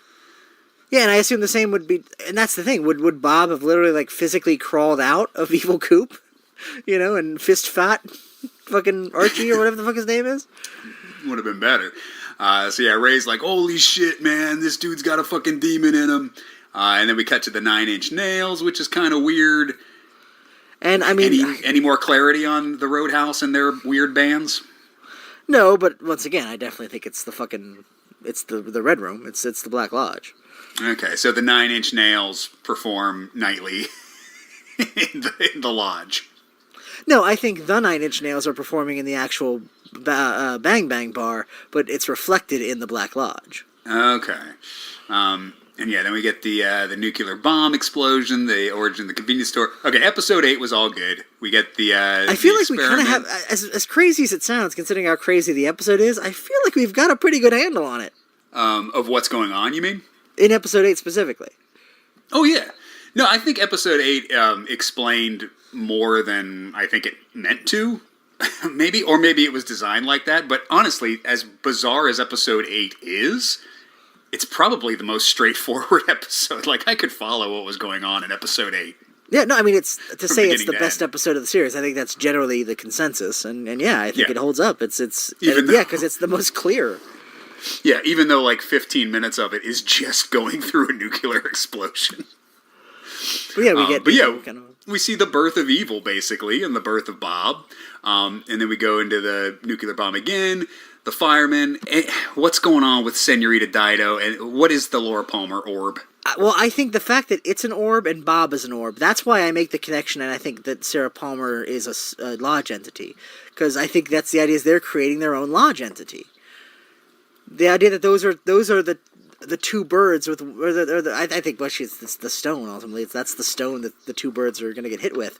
But I think that's the idea. Is that's the parallel. Is Bob is this entity that exists in its purest form in this weird black orb. So the sort of the other side of that coin is this glowing gold orb with this living entity inside of it. Okay, then if that's the case, if Laura Palmer was just basically something to combat the evil, where are they trying to take her at the end? When he says, I'm taking you home, is he taking her back to the lodge? Or is he trying to take her back to Earth? Well, that's what I thought originally, but that's something... And this is kind of fucked up, because it ultimately finds that Laura Palmer is sort of more of a tool than a person. But the idea is that she is an entity that is designed to combat evil. I think they were being literal again. You're going back home to the Palmer house, where the evil is, so that you can destroy that as well. Okay. Yeah, I think I've come to terms with the ending. I think there's two ways to interpret it, but I think I'm interpreting it as like a happy conclusion ending, where she defeats the evil at the end. But I guess we'll get to that at the end. I don't even necessarily think I'm there. I think that was the intention, but I think they missed it. I think the idea is that they got lost, and the evil was no longer there. That was the idea behind Tremond. That's what happens when they get there too late. They find some weird lady there who goes, no, Tremond was the last person. You just missed her. It's like a joke. It's like a joke that the evil thing plays. Like, nah, fuck you. You can't find me. Hey. So yeah, there's this little bug thing. Oh, we got the woodsman destroying the thing with the chant. And then the bug thing crawls into... which is never revealed on the show, but it's Sarah Palmer. This is Sarah Palmer. So Sarah Palmer has been infected at a young age by this weird evil creature. Probably Judy. I don't know. I just don't know if I know if I like that. That's the that's the answer. Like, well, other interpretations. None of this show is clear. People talk about, like, is that Laura Palmer being implanted into Sarah Palmer? Like, the orb became the egg, which became the creature, which I don't buy. Oh, like it's impregnating Sarah Palmer with Laura Palmer right now? Yeah. That's one thing. I don't know. It's just weird that, like, nothing in this show is straight and to the point, except this. Like, this is it. Yeah. They're just telling you straight out. When the nuclear bomb exploded, it created an evil. That evil shot evil into the world, and then Sarah Palmer is evil because something crawled in her belly. It's hard for me to believe that fucking frog thing is any force for good. That's true. That's an evil fucking thing, whatever it is. If you went to the doctor's office with a frog fly in your stomach, the doctor's not going to be like, hey, I got good news.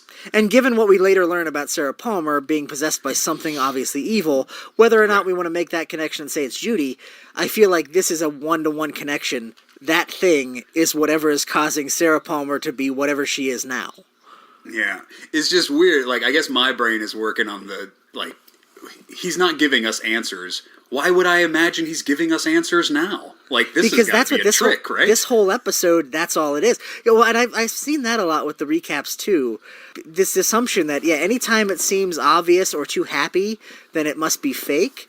Like, people talk about, like, the Big Ed and Norma scene. Like, clearly he's saying that this isn't real, that this is an indication that this is a dream world. Or, the same with, basically a lot of the stuff that's sort of too neatly wrapped up. And I think you can kind of go there with everything seems neatly wrapped up in episode 17, and then his big face comes up and says, we're living in a dream. It's like, that's not an invalid interpretation, but I don't leap to that conclusion every time I'm getting clarity. Oh, and I took a couple screenshots here, because this was your Johnny Horn. So there's no outlets here. Okay, maybe the guy I was seeing that recap of just got that wrong then. Yeah, there is, like... And these they don't really look like plaster. They kind of look like just where the studs are in the wall. So I don't know about Johnny Horn being a... but otherwise, what's the point of any of this? What's the point of everything in this show? If you're going to say, why did David Lynch show Johnny Horn laying on his stomach bleeding from the eyes, then you have to say, why did David Lynch show us, I don't know, Coop staring at this fucking American flag for 5 minutes? I don't know, but it's even without the outlet, he's going to where the wiring is, and it's the idea that, like, that's literally what Coop does at the end of the series, episode 15. He's attracted to, like, plug a thing in the wall and electrocute. I feel like, I don't know, that has to be connected to me. I don't get anything from Johnny Horn in this series, much like I didn't get anything from him in the original series. I did love this scene. I love the scene with Major Briggs' wife talking about the future and Major Briggs' message. That was all good. Well, it reminded me of the scene in the original series where Major Briggs talks to his son and is like, I had a vision of you when you were... Yeah. Like, that's literally a callback, I think, to that. Where, like, this is the realization of that vision.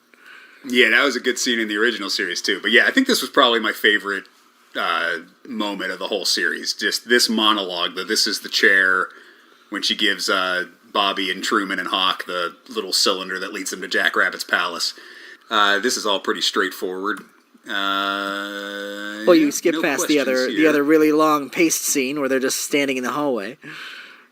I didn't mind that. I didn't mind that one.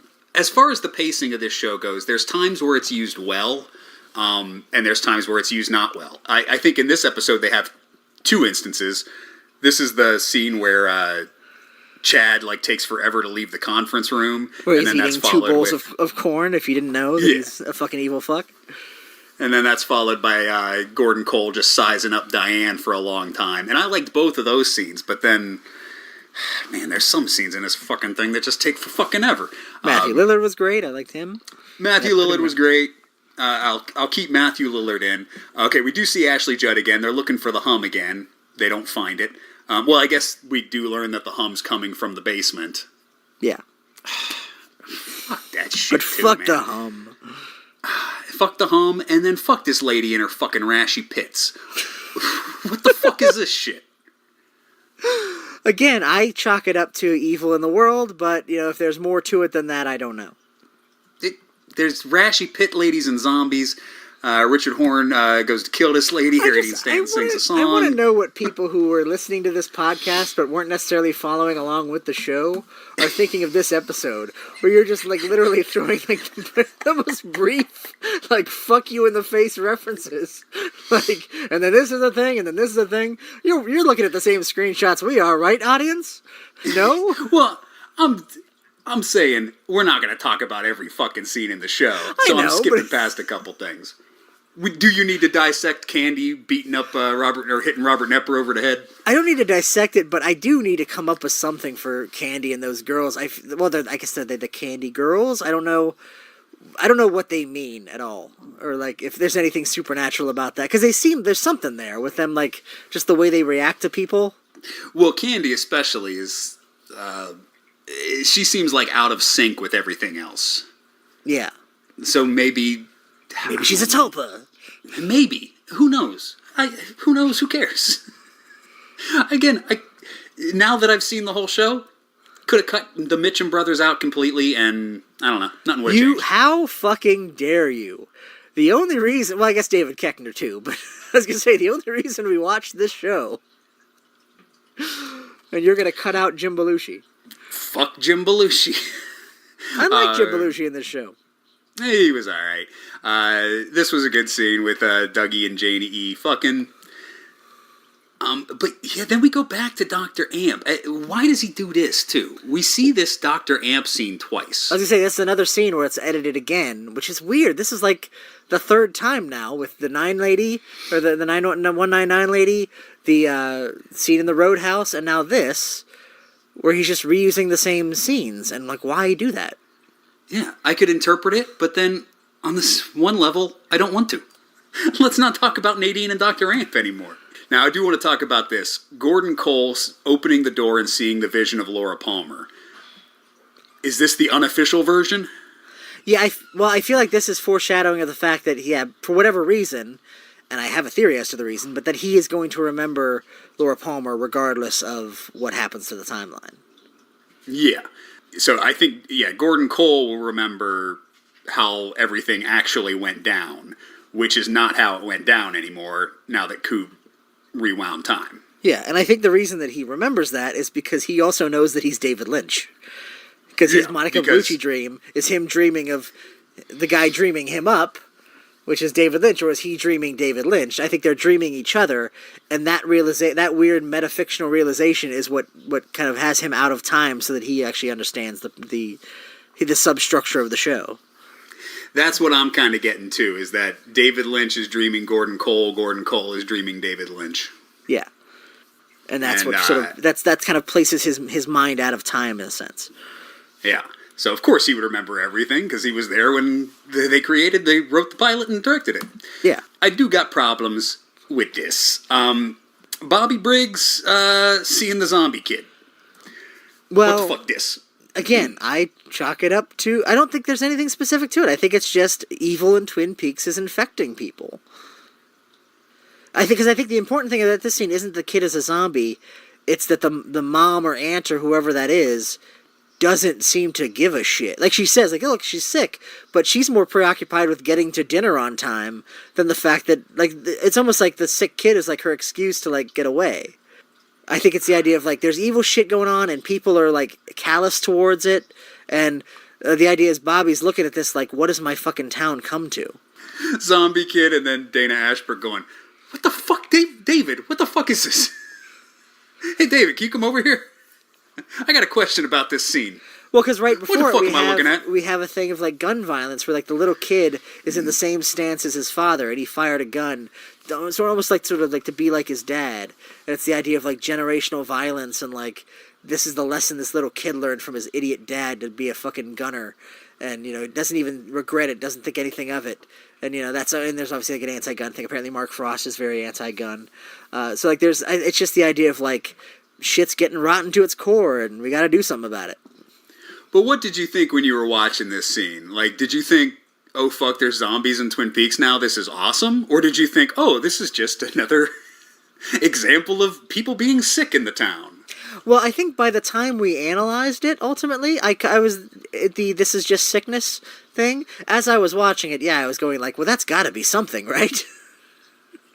Yeah, but it's not. And looking back on it, I'm like, whatever. Also, Hawk and the Living Map, I thought was cool at the time. Nothing comes of it, though, I guess. Well, it fills in some stuff about, like, the black fire versus, like fire as a possible good and evil. So, like, we have the fireman as on one side and Bob as the black fire is on the other. The idea of, like, corn as a fertility symbol, but when it's blackened by the fire, it becomes Garmonbosia. We have more hints about Judy. There's a lot of, like, kind of little tidbits in here that fill in blanks. So I still appreciate its presence. Yeah, I mean, it's cool. I don't know. It's just... Well, but, like, I wouldn't have wanted to go farther than it did, where, like, this is the secret to everything, where it explains everything, you know? No, but I feel like Hawk should have done more, you know? I think he should have been more of the protagonist. Either him or... That's the thing. There's really no, like, main protagonist of this show at all, which is weird. Like, yeah. I would think it would either be Bobby or Hawk, just given their placement in the show. I guess the closest thing is Gordon Cole, but I don't know that he even counts. No, it's just a bunch of stuff that happens. Yeah.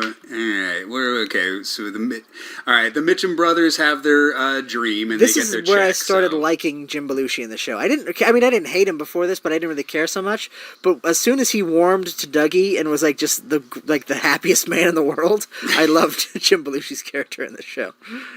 That was good. I didn't mind the Mitchum brothers. I thought there was a little too much of them.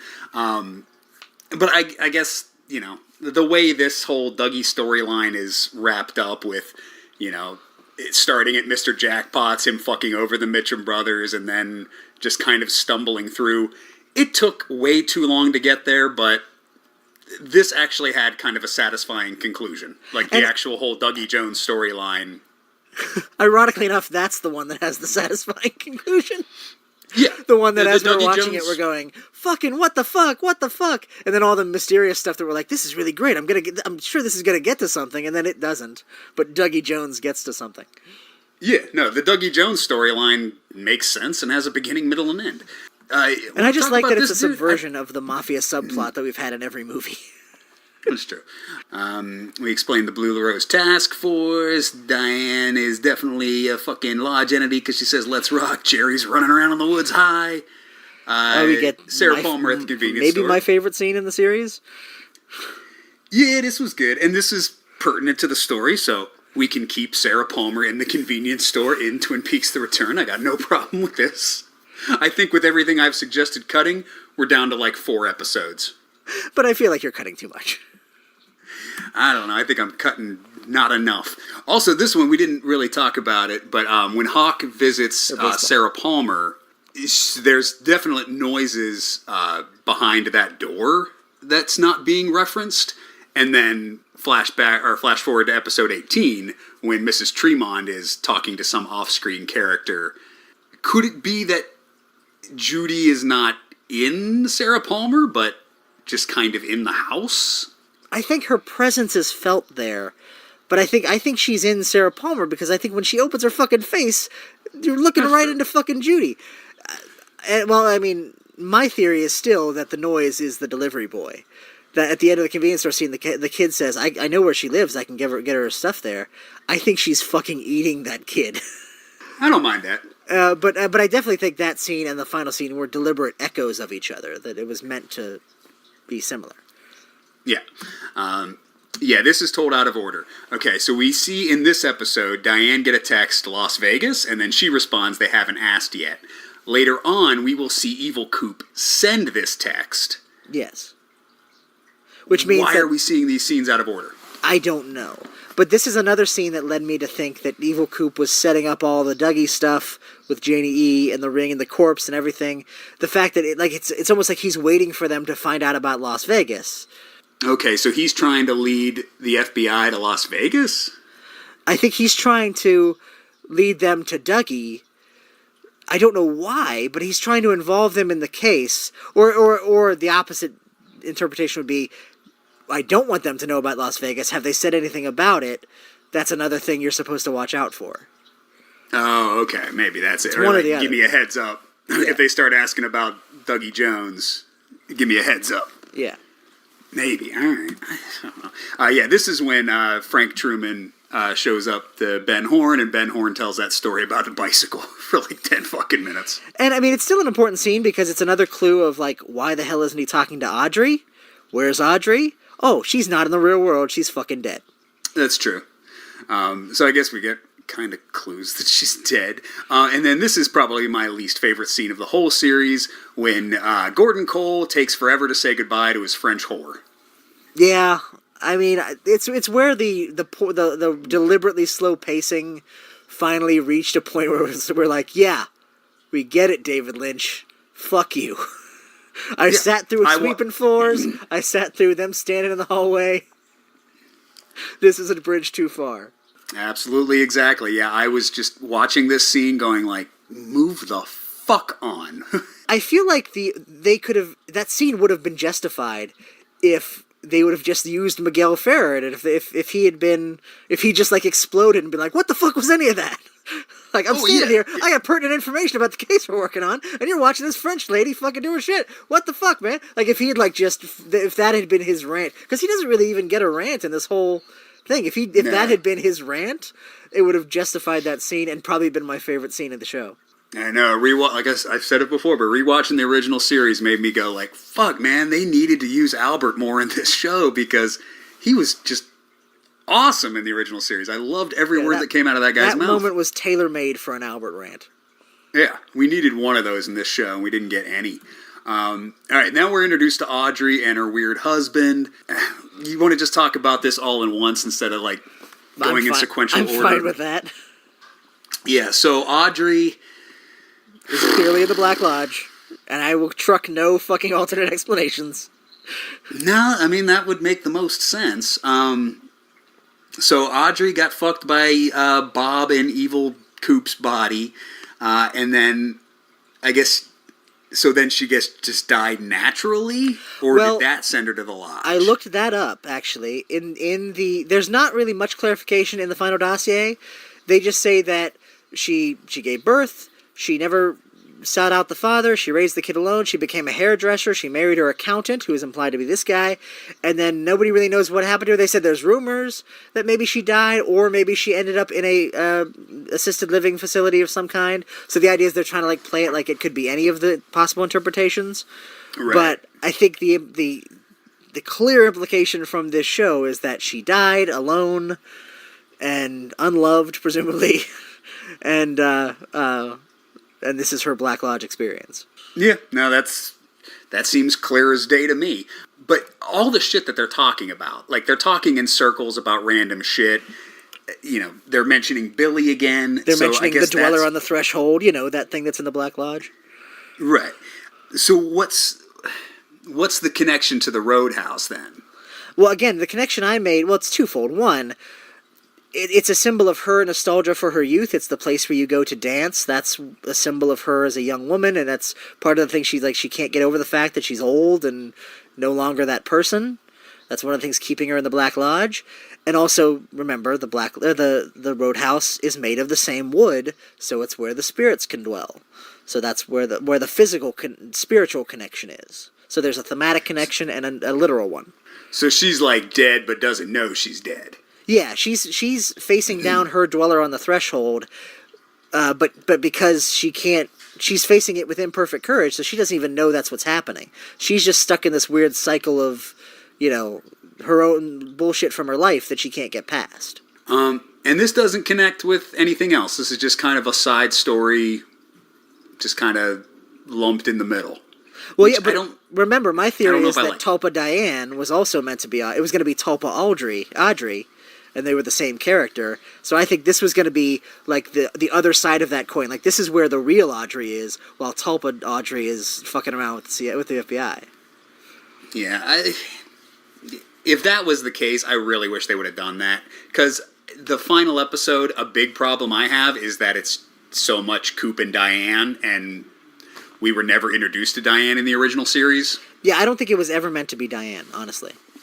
Yeah, I would have loved it if it was Audrey crossing over with him. I mean, it may not have made sense, but I mean, if they weaved it in with the story better. Well, apparently it was, and I'm not 100% sure that's the case, but one of the reasons I think that is because whatever Audrey's original storyline was, she had an original one that was more apparently tied into the larger story arc, but Sherilyn Fenn really did not want to do it, like refused to do it, and so that's why we got what we got. So my thinking is they just changed that, made it a different character, and then just had her do the parts of the story that she didn't object to, which I'm guessing was the fact that she was evil and working against them after being raped.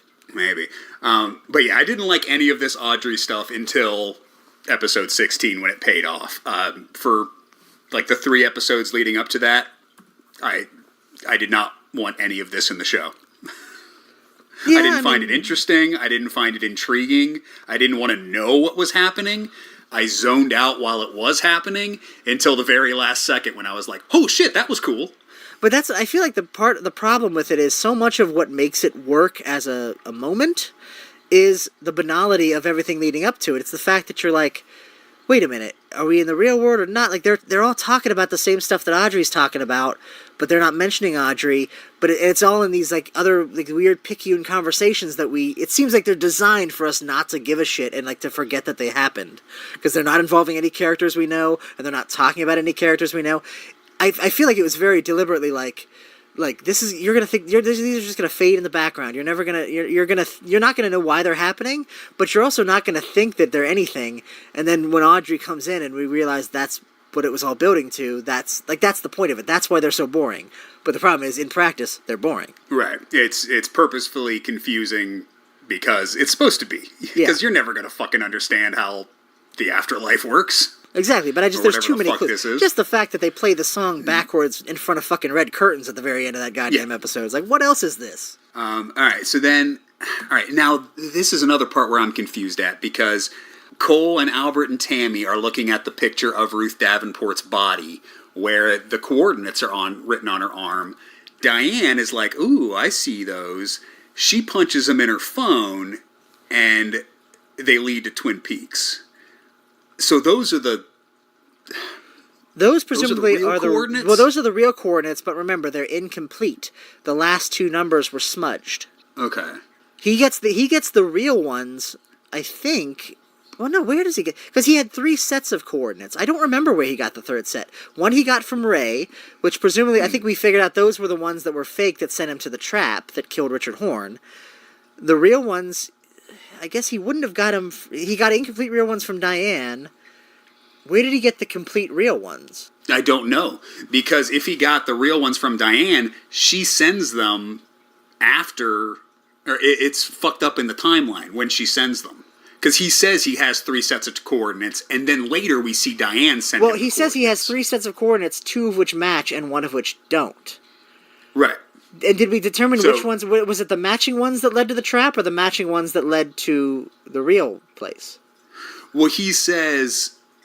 I can't remember exactly, but when he takes Richard Horne to the one set of coordinates, Richard Horne's like, I would go to the ones that match, right? Or maybe he says the exact opposite thing. But I was under the impression that Ray and Philip Jeffries both gave Evil Coop the same coordinates that led to that rock that killed Richard Horne, because they were trying to set a trap for him.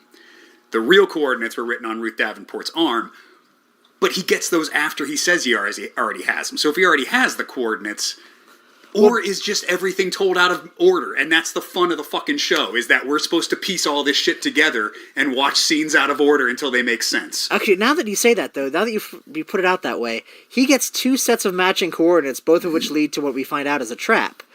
He doesn't trust either of them because they come from Philip Jeffries and Ray, respectively. Ray even says, how do you know you can trust them?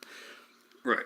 So he gets the ones from Diane that are incomplete, and that's why he accepts those, because he doesn't trust the ones he already has. So he has 3 sets of coordinates, 2 of which match, but he can't trust those, so he tests those, and then when they fail... But I don't know how, because they mentioned that the smudge, so that they're not complete, unless maybe they're enough for him. Maybe he knows, that's enough. Well, I mean, if you were just missing the last 2 numbers, they wouldn't take you to the exact spot, but they would take you to the area. So maybe I'm obsessing too much over the incompleteness of that set of coordinates, and maybe it's just those were the right ones. Okay, so I guess maybe we could interpret it as he has those sets of coordinates, they're just incomplete. And contradict each other. Yeah, and then he doesn't actually go there until Diane sends him the real ones. But that's needlessly confusing, because...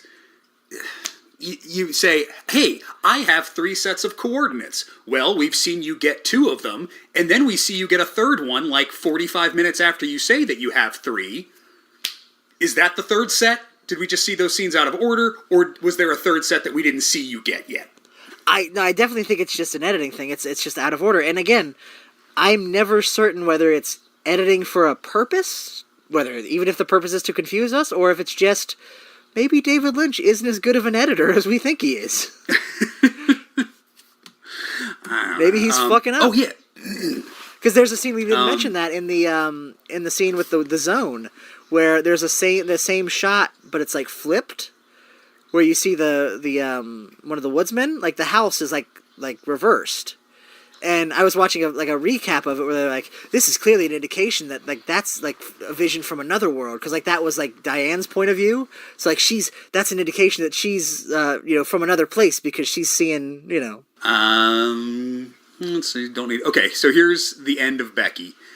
This is the last time we see Amanda Seyfried. She's calling Shelley. Everything looks rosy and good. She's like, I'm gonna go to the Double R and get some pie, and we never see her again. And the next scene we see that's even related to her character at all is her husband or boyfriend, I think husband, saying she did something, he's got a gun, he's going to kill himself. The clear implication of that scene is he just killed Amanda Seyfried, and now he's going to kill himself out of guilt. We don't see it. We just never see it. Yeah. But I'm still sticking with that, even though I would have thought the final dossier would have mentioned that. Because I think they mentioned Shelley and the other characters, but they just don't mention that. Right. Well, and we also have to state, we've said it before when we talked about the show, they filmed all 18 hours of this as a movie and then edited it into episodes. So I can totally believe that David Lynch that's a monumental, arduous task. Imagine trying to edit it together, an 18-hour movie. You're gonna fuck shit up. You're gonna forget that you filmed sitting where it was supposed to go, All right, so your theory is it's accidentally out of order and just kind of shoddy filmmaking? I think a lot of this stuff is just... I want to say shoddy filmmaking. I think there are things that David Lynch cares about in terms of conveying his vision, and there's stuff that he doesn't care about. And I think a lot of continuity stuff he just doesn't care about. Yeah, and that's the weird thing with watching this show, especially as we were watching it, I was, going online and looking at some theory videos, and seeing those things that just would normally look like continuity errors. But in this show, so many things are so precise that just the slightest continuity error makes you think that it's supposed to be there. So do you think that's intentional, or do you think that's just fans interpreting shit wrong? I think the question is, does David Lynch lean on that and rely on that to cover up his mistakes? Because there's a scene in the third episode of the original series where he's describing his dream to Truman, and he says, you were there. I remember you there. And that's because they were editing it from footage from the pilot movie where he was there because he was in the basement. But that you don't see that in the actual dream because they didn't end up using that footage. So Truman wasn't fucking there in the dream as presented in the show, but that's just, a thing that they forgot to cut out that line or couldn't cut around it. Right. All right, so yeah, we're skipping Norma's pies. Cut out Norma. Yeah. Cut out Big Ed. Cut out Nadine. Cut out Dr. Jacoby. Cut them all out. Give me one scene where you cut to Big Ed and Norma and they're finally together, like at their house or something. Or Big Ed's just at the Double R. Like if you're going to have other stuff in the Double R diner, have them there and they got together in between the shows. And that's sweet. That's all you really need. Yeah. Yeah. I liked how it ended, but I could give a fuck about anything else. And now we've come to James singing at the Roadhouse. I've turned around on this. The trollishness of this makes me love it. The fact that he would do this is just so fucking ridiculous. He's got to know. I didn't realize until today when I was rewatching the series that the James song, the Just You, is in Season 2, Episode 2, which is directed by David Lynch. So maybe this is just a song he's always loved. Well, I don't know, or maybe that moment, but I feel like there's no way he is not cognizant of how fans think of James and of this song, that he isn't putting this in there just to fuck with them. Well, in all honesty, I didn't mind watching it today. I actually watched the whole scene. I watched James sing the song, because you get, like, it's, Donna's got a crush on him, Maddie's got a crush on him, and it's shot nicely, even though the song is pure garbage. Isn't it right after that we get the famous him climbing over the couch? Bob climbing over the couch? Yeah. Which is my desktop wallpaper at work. And then this lady who has a crush on James, that definitely should have been Donna. I'm assuming it was Donna, and then they wrote her out, yeah. Yeah, there's no reason to introduce new characters. Yeah, then we get Big Head drinking some soup, and his reflection going off in the mirror. I don't know what that's about, if it's anything or if it's nothing. Yeah. No idea. Well, my only theory of what it could possibly be is the glitch happens when shit's driving by the window. And so I'm wondering, like, is that foreshadowing of, like, we eventually see, like, two different versions of the Double R Diner? Like, is that transitioning from the version in Judy's world and the version from Twin Peaks? I don't know. Like, showing that there's a blip, that there's two different Double Rs? I don't know. But if it weren't for the internet, like, we never would have noticed that blip. Like, I don't think me or you watching it would have noticed it, because who the fuck's paying attention to watching? It's just Big Ed drinking some soup for, like, 7 minutes. I doubt we even watched it happen, because we probably closed the episode or fast-forwarded through it and didn't even see it. I think I did. I think I left the room when it was happening, and I was like, hey, I'm back. Is Big Ed still drinking that soup? Well, but in any case, we get the Monica Bellucci dream. Monica Bellucci dream, that's the next big thing that happens. So, what's this all about? This is just it's setting up that David Lynch is the dreamer? Well, that, and it's also reintegrating the idea of the David Bowie scene from Fire Walk With Me, which evidently they had all forgotten about, but this, like, sort of jolts them to remembering it. So that's interesting. Why'd they forget that? Was that part of the unofficial version? Well, I don't know, not so much unofficial version, but I think the fact that it was sort of out of time. That's true, because it never really happened. Because, after that scene happens in Fire Walk With Me, they're like, no, he was never really here.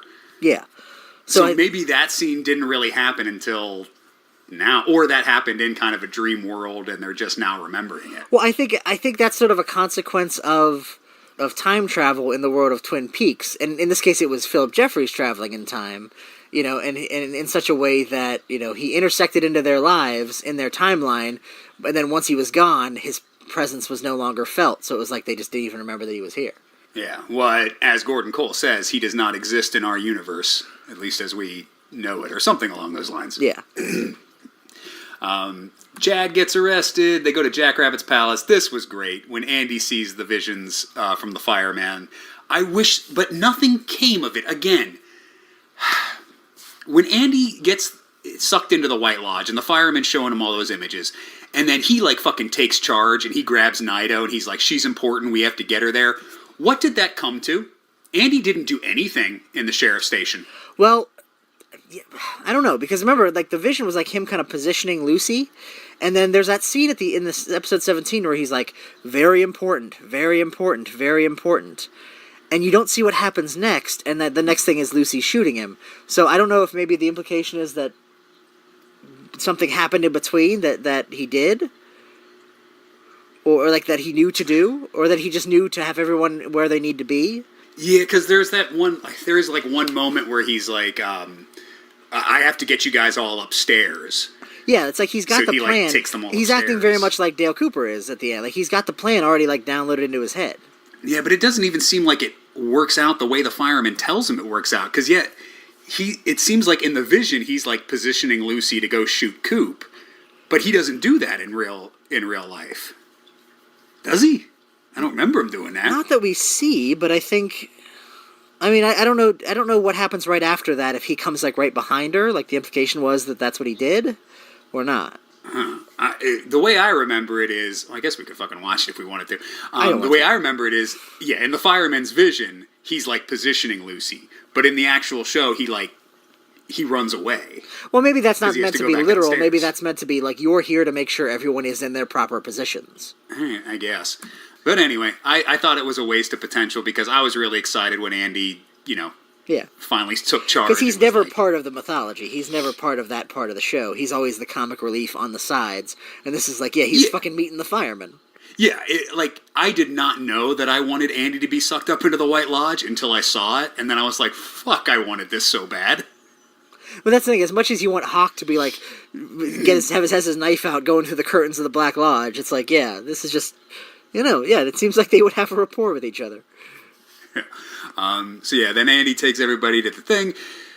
You want to talk about the guy with the hole in his head? Well, I'm not as nearly as certain as I was that he's Billy. I still think it's that fucking hillbilly guy. And I don't know who this is, but I think...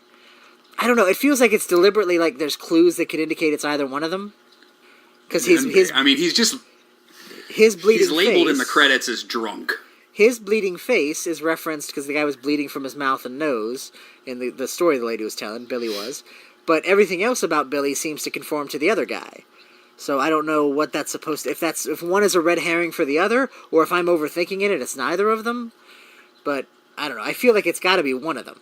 So the explanation is either this is the Billy that we've been hearing so much about, or this is some other random person who's just in the jail cell. And again, it's the implication of all is not right with the world, and that this would also make the connection of the sickness with what's going on with Dougie. The fact that, like, I think it's the idea is it's like feedback, it's like interference, it's electricity is the bad fire, and it permeates our lives, it's in the airwaves, and when it gains prominence, when the evil's taking over, it's fucking us up. So, when Coop goes through the thing and comes out as Dougie, the interference causes him to lose his memories and lose who he is. But that's also just prevalent everywhere in our modern world, in our weird technologically advanced world, and it's making people sick. The thing in the air is making people sick. I mean, I guess I agree with that interpretation. I just don't like it because, like, we have, I've liked to interpret the show as not symbolic. I don't like to say, oh, this is just weird for the sake of weird. But saying, oh, it's just everybody's sick is almost exactly like saying this is just weird for the sake of weird. Well, like, it's the exact same interpretation. I don't think it's symbolic. I think it's literal. I think evil is a force. And prior to Bob leaving the Black Lodge in Coop's body, or the evil Coop's body, it was contained. You'd have the evil in the woods, and you would have these entities like Bob that could commit great acts of evil, but there are always forces levied against them. But something altered the balance when a doppelganger was able to leave in a physical form with a demon inside of it, and that gave evil more of a purchase on the world.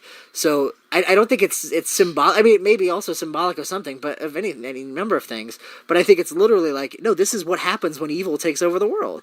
This is what this is just. Yeah. This is what the fireman years is. Of Bob being on Earth. This is the fire that the fireman is fighting. This is Judy's world where everything is like this. Everyone's evil. We're all fucking sick zombies. She wants to break into Twin Peaks, which is the one section off place of the world where good things can still happen. Where good and evil are in balance. She wants to tip that balance into evil territory, and she's been banging at the door, just like she's been banging at the White Lodge the whole time. That's the idea. And they're trying to stop her. Yeah, I guess I like that in theory, just not in execution. Again, they just need it to be... Well, as with everything with David Lynch, for our narrative-obsessed minds, it just needs to be a little clearer. You need to have one guy say, hey, this is the thing that just happened. Yeah. And then fucking Freddy in the Hulk. Freddy. I called him Archie before, but yeah. Hate him. Yeah, I hate everything don't about like this at all. I hate everything about his character, his role in the story. He's wholly unnecessary. It's a Deus Ex Machina. I keep saying it should have been Nadine. I feel like you agree with me there. If it was Nadine, at least it would have been justified, and it would have pulled back the super strength that was hinted at in the first 2 seasons. Everything about that would have been great. And then to bring in the shovel thing, the golden shovel, which matches the golden pond, which leads to the White Lodge. Gold being a symbol for the goodness of the world. All of it would have worked if they'd just done that. Yeah, but no, instead they introduce a guy with a green Hulk hand in episode 14, and he punches out the Bob Orb in episode 17. Yeah. And you can even do that. Fan. You can even hint, instead of having the green glove, hint that the whole golden shovel thing is literally the fireman talking to Dr. Amp. Like he had a vision of the fireman who told him all this weird shit. He translated that into a philosophy for his stupid radio show, but ultimately that's what the fireman wanted, because to influence Nadine to, inject the airwaves with some good and then, create some goodness in the world. But it's also like, this is the best plan the fireman has? Get a guy with a green gardening glove and punch him in the face? Well, it's weird too, like, because at one point Freddy says, like, he asked the fireman why him, and the fireman said, why not you? So, like, there's just, like, an arbitrary nature of it, where it's like the fireman has such control over the world that he can just sort of set all these dominoes in motion and be relatively confident that they're going to pan out well. I don't know. It seems like it feels like it shrinks the world a little bit. Like, it doesn't seem like it's an epic battle between good and evil anymore. It seems like it's just like, oh shit, there's some evil out there. Get fucking Green Hand to handle that. Yeah, no, it's fucking bullshit. I hated it. Did love this. Did love Sarah Palmer. Now, this is something I didn't notice. No, this is my favorite on first scene watch. of the show. When Sarah Palmer removes her face, another hand removes another face. Yeah, well, what that is, I think, is supposed to be an echo of the scene where Laura Palmer removes her face in the lodge in the first episode. But it's like the dark mirror version of it. That's why the spirit finger is black, because that smile is Laura Palmer's smile from the picture. You think? I think it's the smile from the Homecoming picture. Oh, really? Yeah. You don't think so? I didn't notice it. Yeah, I think I'll have to look at the Homecoming I think picture. it's like supposed to be a cruel mockery of that of Laura Palmer. Okay. So what's the I guess symbolically I know what it means, but what does it mean when Sarah Palmer removes her face and then something else inside of her removes its face? So is that Judy taking off its mask? Well, remember my theory about the guy with the pointed nose is the living embodiment of masks, and so the idea of it's masks within masks, that these creatures are hiding among us, and I think that kind of fits with my conception of what Judy is. She has a spiritual form in the form of Mrs. Tremond or Chalfont. So presumably she could possess people temporarily in the same way that any lodge entity does, but she wants a physical body. She wants something more than a mask. She wants to be a person. And I think that's what Sarah Palmer is for her. Yeah, this was all very cool. This was not. When we go back to the Roadhouse and we just talk about, I think it's like Tina, they're talking about people we still haven't fucking heard about. Well, that's the scene where they talk about Billy and the bleeding from the nose and stuff. Oh, right. But then it ends with, like, who's your mom? Tina. But Tina is the woman that Audrey's husband called on the phone, where, like, she tells him something and he doesn't know what it was. Or he doesn't say what it was. I think the implication was, your son Richard Horne ran over a child, and he didn't want to say that. But Tina's the one that was telling him that. Oh. Well, I don't care. Well, there was a theory that Tina might have been her therapist. Like, if she was in an insane asylum or something. Well, if that's it, I don't like it.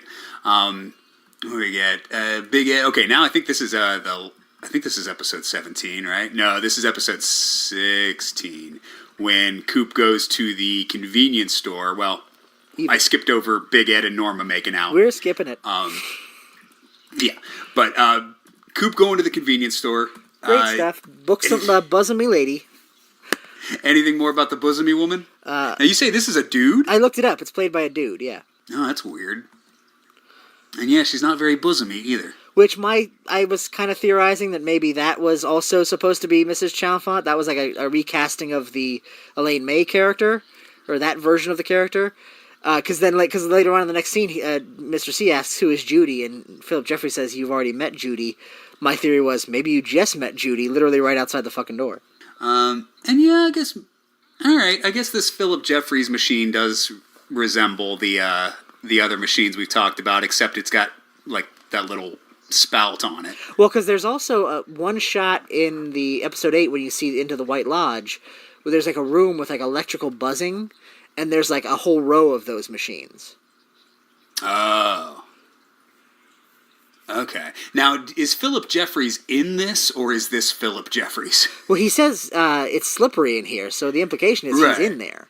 Whether he's still a human being in the machine or not, but yeah, he is in there. This is just like the machine that controls, or one of the machines that controls time? Maybe, or maybe it's keeping him stable, because like otherwise he's just going to be bouncing around in time. Like this is something he found to like keep him in one place. That's true. So Philip Jeffries gives Evil Coop some coordinates, shoots him back out. Coop meets Richard Horn, and then this is where we see Evil Coop send the Las Vegas text to Diane. Which was several episodes ago at this point. Right, so either this is told out of order, or time works weird here, and who knows, how cell phone reception works near the fucking convenience store. That's the thing. I am inclined to chalk that stuff up to continuity errors, to they did it wrong. But that seems like something so easy to catch. Like, so you're telling me that no editor, nobody on staff was like, hey, wait, Diane got that text message like 5 episodes ago. We can't put that scene here. I think the way they were building it, they didn't realize it until it was too late. It's like, well, shit. We have no other place to put that scene, so we'll just put it here. You don't need it at all. We don't need to see Coop sending this text, because we've already seen the aftermath of the text. I don't know, but otherwise, then what does it mean that he's sending the text long after it was received? I don't know. I mean, I can believe time travel shenanigans, because he just talked to Philip Jeffries. He's the physical embodiment of time travel shenanigans. So if you want to say that, yeah, it was I'm fine with that, and it's a cool little nugget, but I just don't know how much it adds for me to believe that. I feel like if it was a thing, it would be more explicitly a thing. Yeah, unless, again, we're just seeing some scenes out of order, and maybe I'm supposed to edit this together in fucking chronological order if they don't want to do it. But I'm not gonna. This is a scene I kind of like better now. When Gersten and Steven are in the woods, Steven's fucking high off his ass. There's many references to new drugs going around Twin Peaks. So, I guess this is Heroin Plus that everyone's on. They have a name for it. When they first talked to Bobby, they mentioned some kind of new drug coming across the border from Canada. Oh, yeah. Steven's definitely whacked out of his gourd. I think the indication is that he killed Amanda Seyfried, and then he goes and kills himself. Because then we stay on Alicia Witt, and she's just I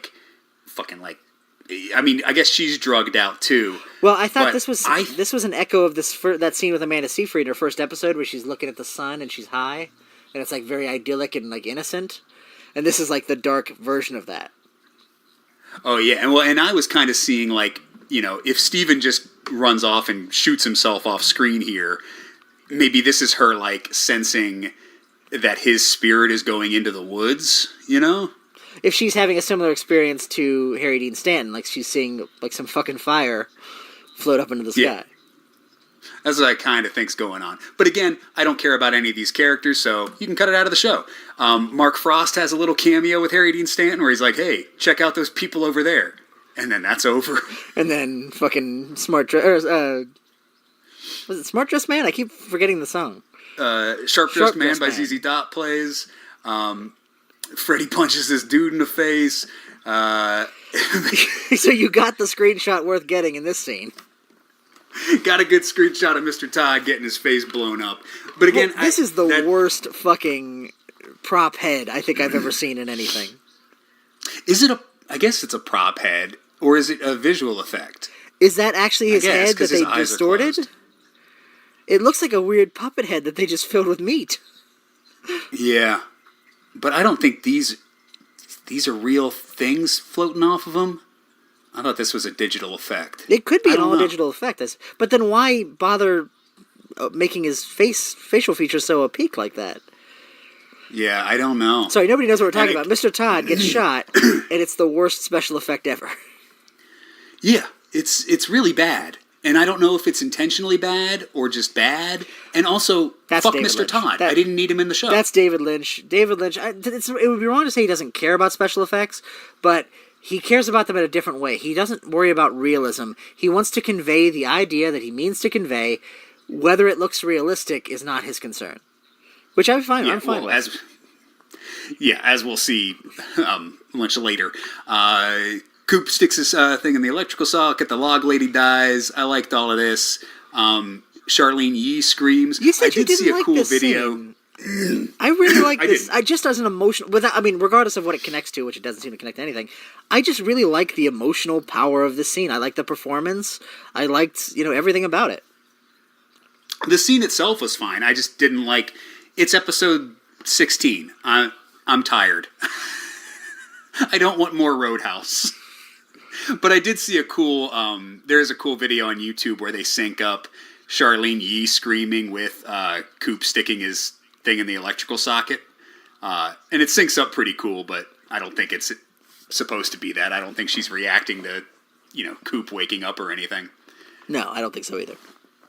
And maybe this is episode 16. No, this is episode 17. Remember, this is episode 17. Episode 15 is when he puts the thing in the socket. 16 is when he wakes up. Okay. Okay, that makes sense. Because we already talked about Richard Horne getting blown up at the fake coordinates. Which, of all the things that kind of either pay off too quickly, or don't pay off at all, this is the one that disappointed me the most. The fact that Richard Horne was introduced with so much, like, he's a fucking bastard, and he's got this connection to these characters we know and care about, and then, like, oh, that's all we were going to do with him? Like, that pissed me off. I wish he would have been, like, at the end and been, like, the avatar of Bob or something. See, I liked it because I thought it was kind of badass that Coop was just like, I know this is my son. I'm pretty sure I'm going to murder him right now, but I don't give a fuck because I'm evil Coop. Yeah, what it says about Coop is I kind of liked it. I just feel like that character should have been more of the show. I wish, even if that had been the end, I wish they would have saved that for the end of the show, and, he kills his own son flippantly because he doesn't care, but I wanted it to be more a part of the story.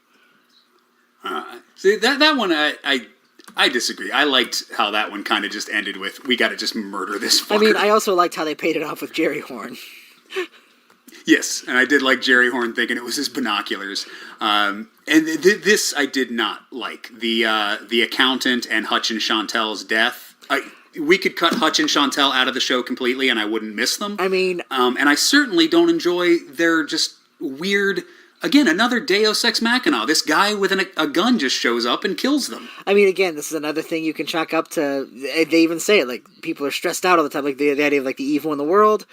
I do kind of like our Quentin Tarantino theory that this is all fucking... to get back at Quentin Tarantino for hating Fire Walk With Me. But... yeah, the fact that, like, the Mitchum brothers are there, like, this is the perfect place to pay off the Mitchum brothers being part of the series. If they save the day and kill the assassins. But they don't. They just watch it happen. And, yeah, it's, like, a character is introduced that, I mean, I didn't care about Hutch and Chantel anyway. If we didn't see them die, like, if they were just a loose end, like, oh, we just never found out what happened to Hutch and Chantel, that would have been fine with me. In fact, I would have liked that better than random fucking accountant shows up with a gun and shoots them. No, I know. Again, the only thing that saves this scene for me at all is my meta thing where I think it's David Lynch going after Quentin Tarantino. And the fact that he cast two Quentin Tarantino actors just to say, fuck you, Quentin Tarantino. I don't even know if that's true, but that's the only thing that makes this matter to me at all. I don't know, but even if that is true, fucking Tarantino does it better. Yeah, but I just think it's fun. It's fun to think about. Yeah. Coop finally fucking wakes up. Him and Mike come up with a plan to create another tulpa, which I believe your theory is that yes. Dougie is, or Coop goes back with Janie E. Yes, I think Coop went back to Janie E. The Tulpa became Richard, which that's the only place that I think, if you want to say that it's a happy ending, maybe his confusion is owing to the fact that, like, he was sent there to fail, basically, or rather, he was sent there to take Laura Palmer on her mission, but it didn't really matter because he was like a disposable version, like he wasn't the real Coop, like it was meant to sort of trap everything in that world so that it's nowhere else, you know? I like that better than, you know, the other interpretation because, yeah, that just gives everyone a happy ending. And it's also better for Coop, too. Like, and also better for Janie E. Like, don't give them another fucking Dougie Jones. They don't need that in their life. Yeah, no, I just think everything about that scene, even like the fact that Diane sees a doppelganger of herself, I think that's setting us up for that as the interpretation. Oh yeah, Coop wakes up, he's back in action. We learn that Diane's a tulpa. So that's when she sends the coordinates. I guess she fucking just remembers them? All of a sudden? We see her memorizing them. We see her looking at the picture and memorizing them. But how did she get the other numbers, the missing numbers? I don't know. Again, I think we're overthinking that. I think she sent the coordinates as they were, and he just figured out the rest. Maybe. I don't know. If that's it, then I think that's very sloppy. Yeah. Diane gets murdered real good and gets sent to the lodge. This was all great when Diane tells Mike to fuck off. And then we get Audrey, which we've already talked about. I'm thinking this fight is the same fight that, like, James gets into. Oh, okay. Because I think, doesn't he say, "That's my wife"? Yeah. And that's the cause of the fight in that scene, yeah. Yeah, so I think this, we're seeing two parallel dimensions, happening in the Roadhouse. This is the Black Lodge version of the Roadhouse, and we've already seen the actual version of the Roadhouse where, James and Freddy get in that fight. But yeah, then Audrey wakes up in the White Room. That's the end of Audrey, except we do get the band playing backwards. I love the resolution of this, but I could give a fuck about anything else that happens in the Roadhouse other than this. Yeah, no, I liked everything about this, but yeah, everything leading up to it, if it is what I think it is, I understand why he did it the way he did, but as you go through it, it's hard to appreciate it because it's just so fucking boring. Too fucking long. All right, so now we're in the finale, which we just talked about. So is there anything else that like you were stuck on at the time, but you kind of have better? No, because we already talked about the finale. But yeah, this fucking shot pissed me off. This shot reminded me. I think I said it when we watched it. This feels like this was a painting that David Lynch did that he wanted to recreate in the show. Like the way it's framed. It looks like Terry Gilliam fucking took some bad acid. Terry Gilliam on an off day. Yeah. Is what this looks like. I didn't like that. Oh, and this is... I didn't really talk about, but this kind of pissed me off. If the Giant can just do this and just be like, "No, bitch, you want to go to the Palmer house? I'm swiping you away." Why did he get why this elaborate plan to get all these pieces to the sheriff's station? The kid with the green glove. All this shit, telling Andy the whole story. If he can just do this, why is he bothering with all this other shit? Well, now that you say that, and I don't have an answer to that question, and I feel like it is a legitimate problem, assuming we're not analyzing it incorrectly. But the other thing is that, which dimension is that Palmer House in? Is that the Palmer House that we're in the last episode? Or is that the Palmer House within Twin Peaks, where presumably real Sarah Palmer is currently? Well, I guess it would probably be the same one. I mean, I guess my interpretation was that if that thing that's infecting Sarah Palmer is Judy, Judy just lives in the Palmer house. Because that's what I assume the fireman meant when he said it is in our house now. It meant that Judy got into Twin Peaks through Sarah Palmer. Yeah, and I'm thinking possibly the Palmer house itself might be connected to the lodge. Well, because... And I'm thinking through Sarah Palmer as well, through the long harvesting of whatever was inside Sarah Palmer as a human to hollow her out to make room for Judy. I think that maybe created that. Because I think the other world, the world that they go to in the last episode, which we were saying is our world. I think, where am I? I'm trying to think where I'm even going with this, but that's where she, like, when they go back in time in the last episode, or I guess second last episode, what they're doing is diverting her from the things that got her to go into Twin Peaks. They're like luring her away from it. Like they go back in time at first. That's why the song is playing on the radio.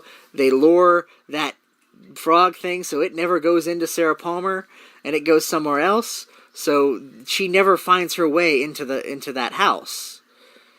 So Sarah Palmer still goes to Twin Peaks. She ends up there, marries Leland Palmer, but neither of them are possessed by any kind of entities. Their daughter disappears. Everything happens as it happened in the new timeline, but Judy was never involved anymore, and now she's still stuck in her own world where because of the ritual they performed, and that's why they assumed that she'd be there in the house for the Laura Palmer orb in the form of Carrie Page to kill her finally, but she got away again because they did something wrong. Oh, I thought you were going to say they succeeded because she's not there.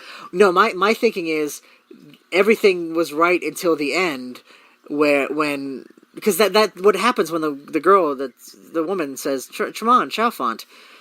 That's what happens when you've just missed Judy.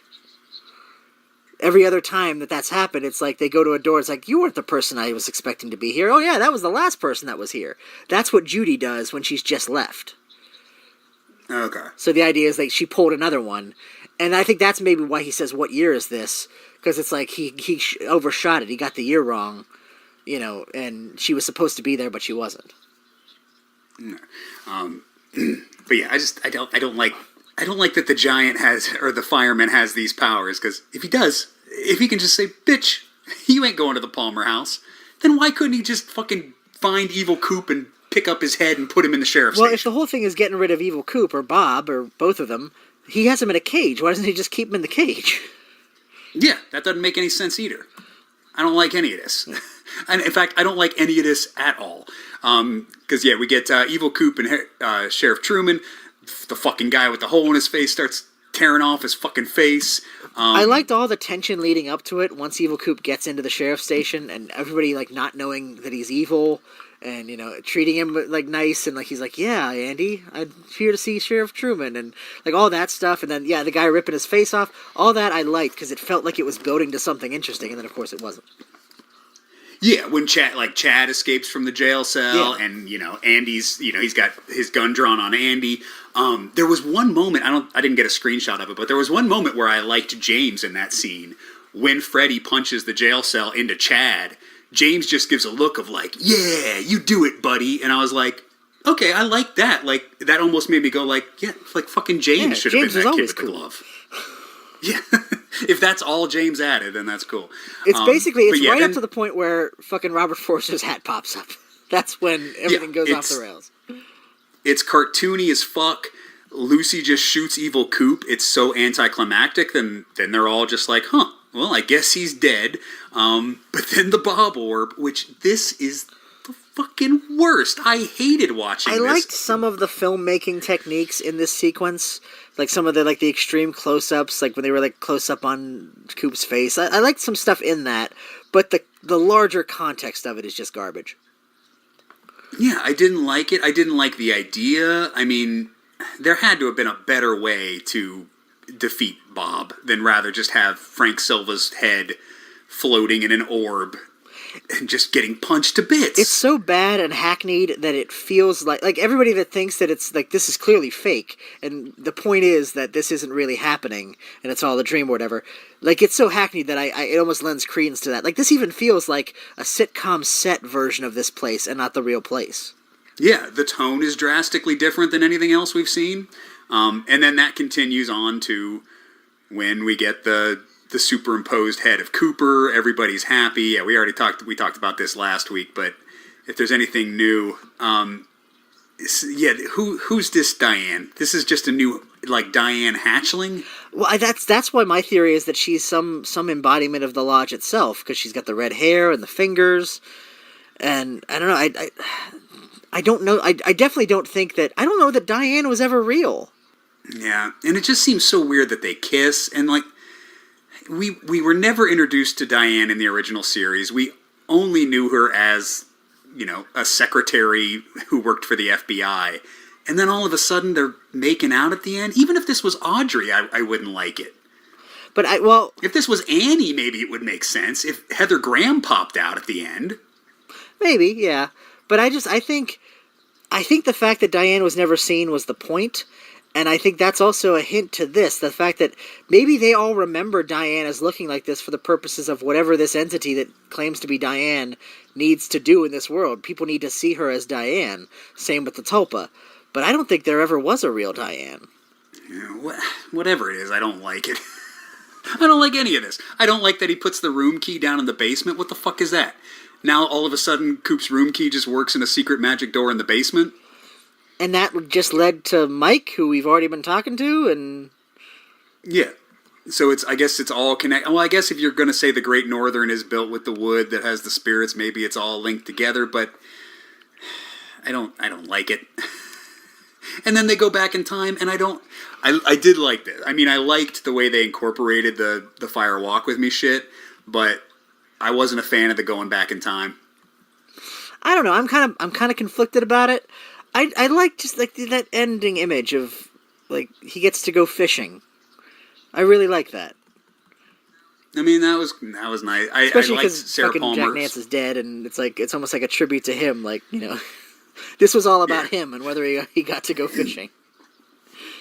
Yeah. And then we already talked about this. He goes back in time, and we talked about episode 18 last week, and I don't really have anything new to bring up, except that I don't like it. I don't like this weird, bizarre sex scene. I don't like any of the alternate dimension shit. The only thing I really like about this is the final scene with Mrs. Tremont. Well, what I will say about this, and I don't nearly have as much of a problem with it as you do, I almost think this would be much better if we knew there was a season 4 and it was going to be all set in this reality, and like we were going to get all the context for this, and like it was going to make more sense. Knowing that this is probably the end of the show and seems intended to be the end of the show, it does feel kind of hollow. That like it feels like a joke. Like one of my favorite shows of all time, Farscape. They got canceled in season 4, and they'd originally planned a cliffhanger, but they were like, "We'll give you enough time. We have like 6 episodes. You can rewrite it to end the show." And they were like, "Nah, fuck it. We're just gonna keep doing the cliffhanger," because they just wanted to like because they liked it and they figured maybe we'll get a TV movie or something. But like that was the intended end. It's like, well, fuck you. They all died. They ultimately did get a TV movie, but it feels like that. It's like you know that this is probably going to be the last thing you ever do in this, and this is what you do with it.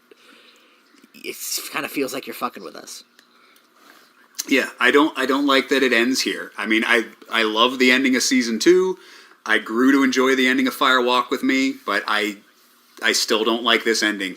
Even then, I've read all the different interpretations. I mean, I think some people interpret it as, when Laura Palmer screams at the end, she's basically defeating all of the evil.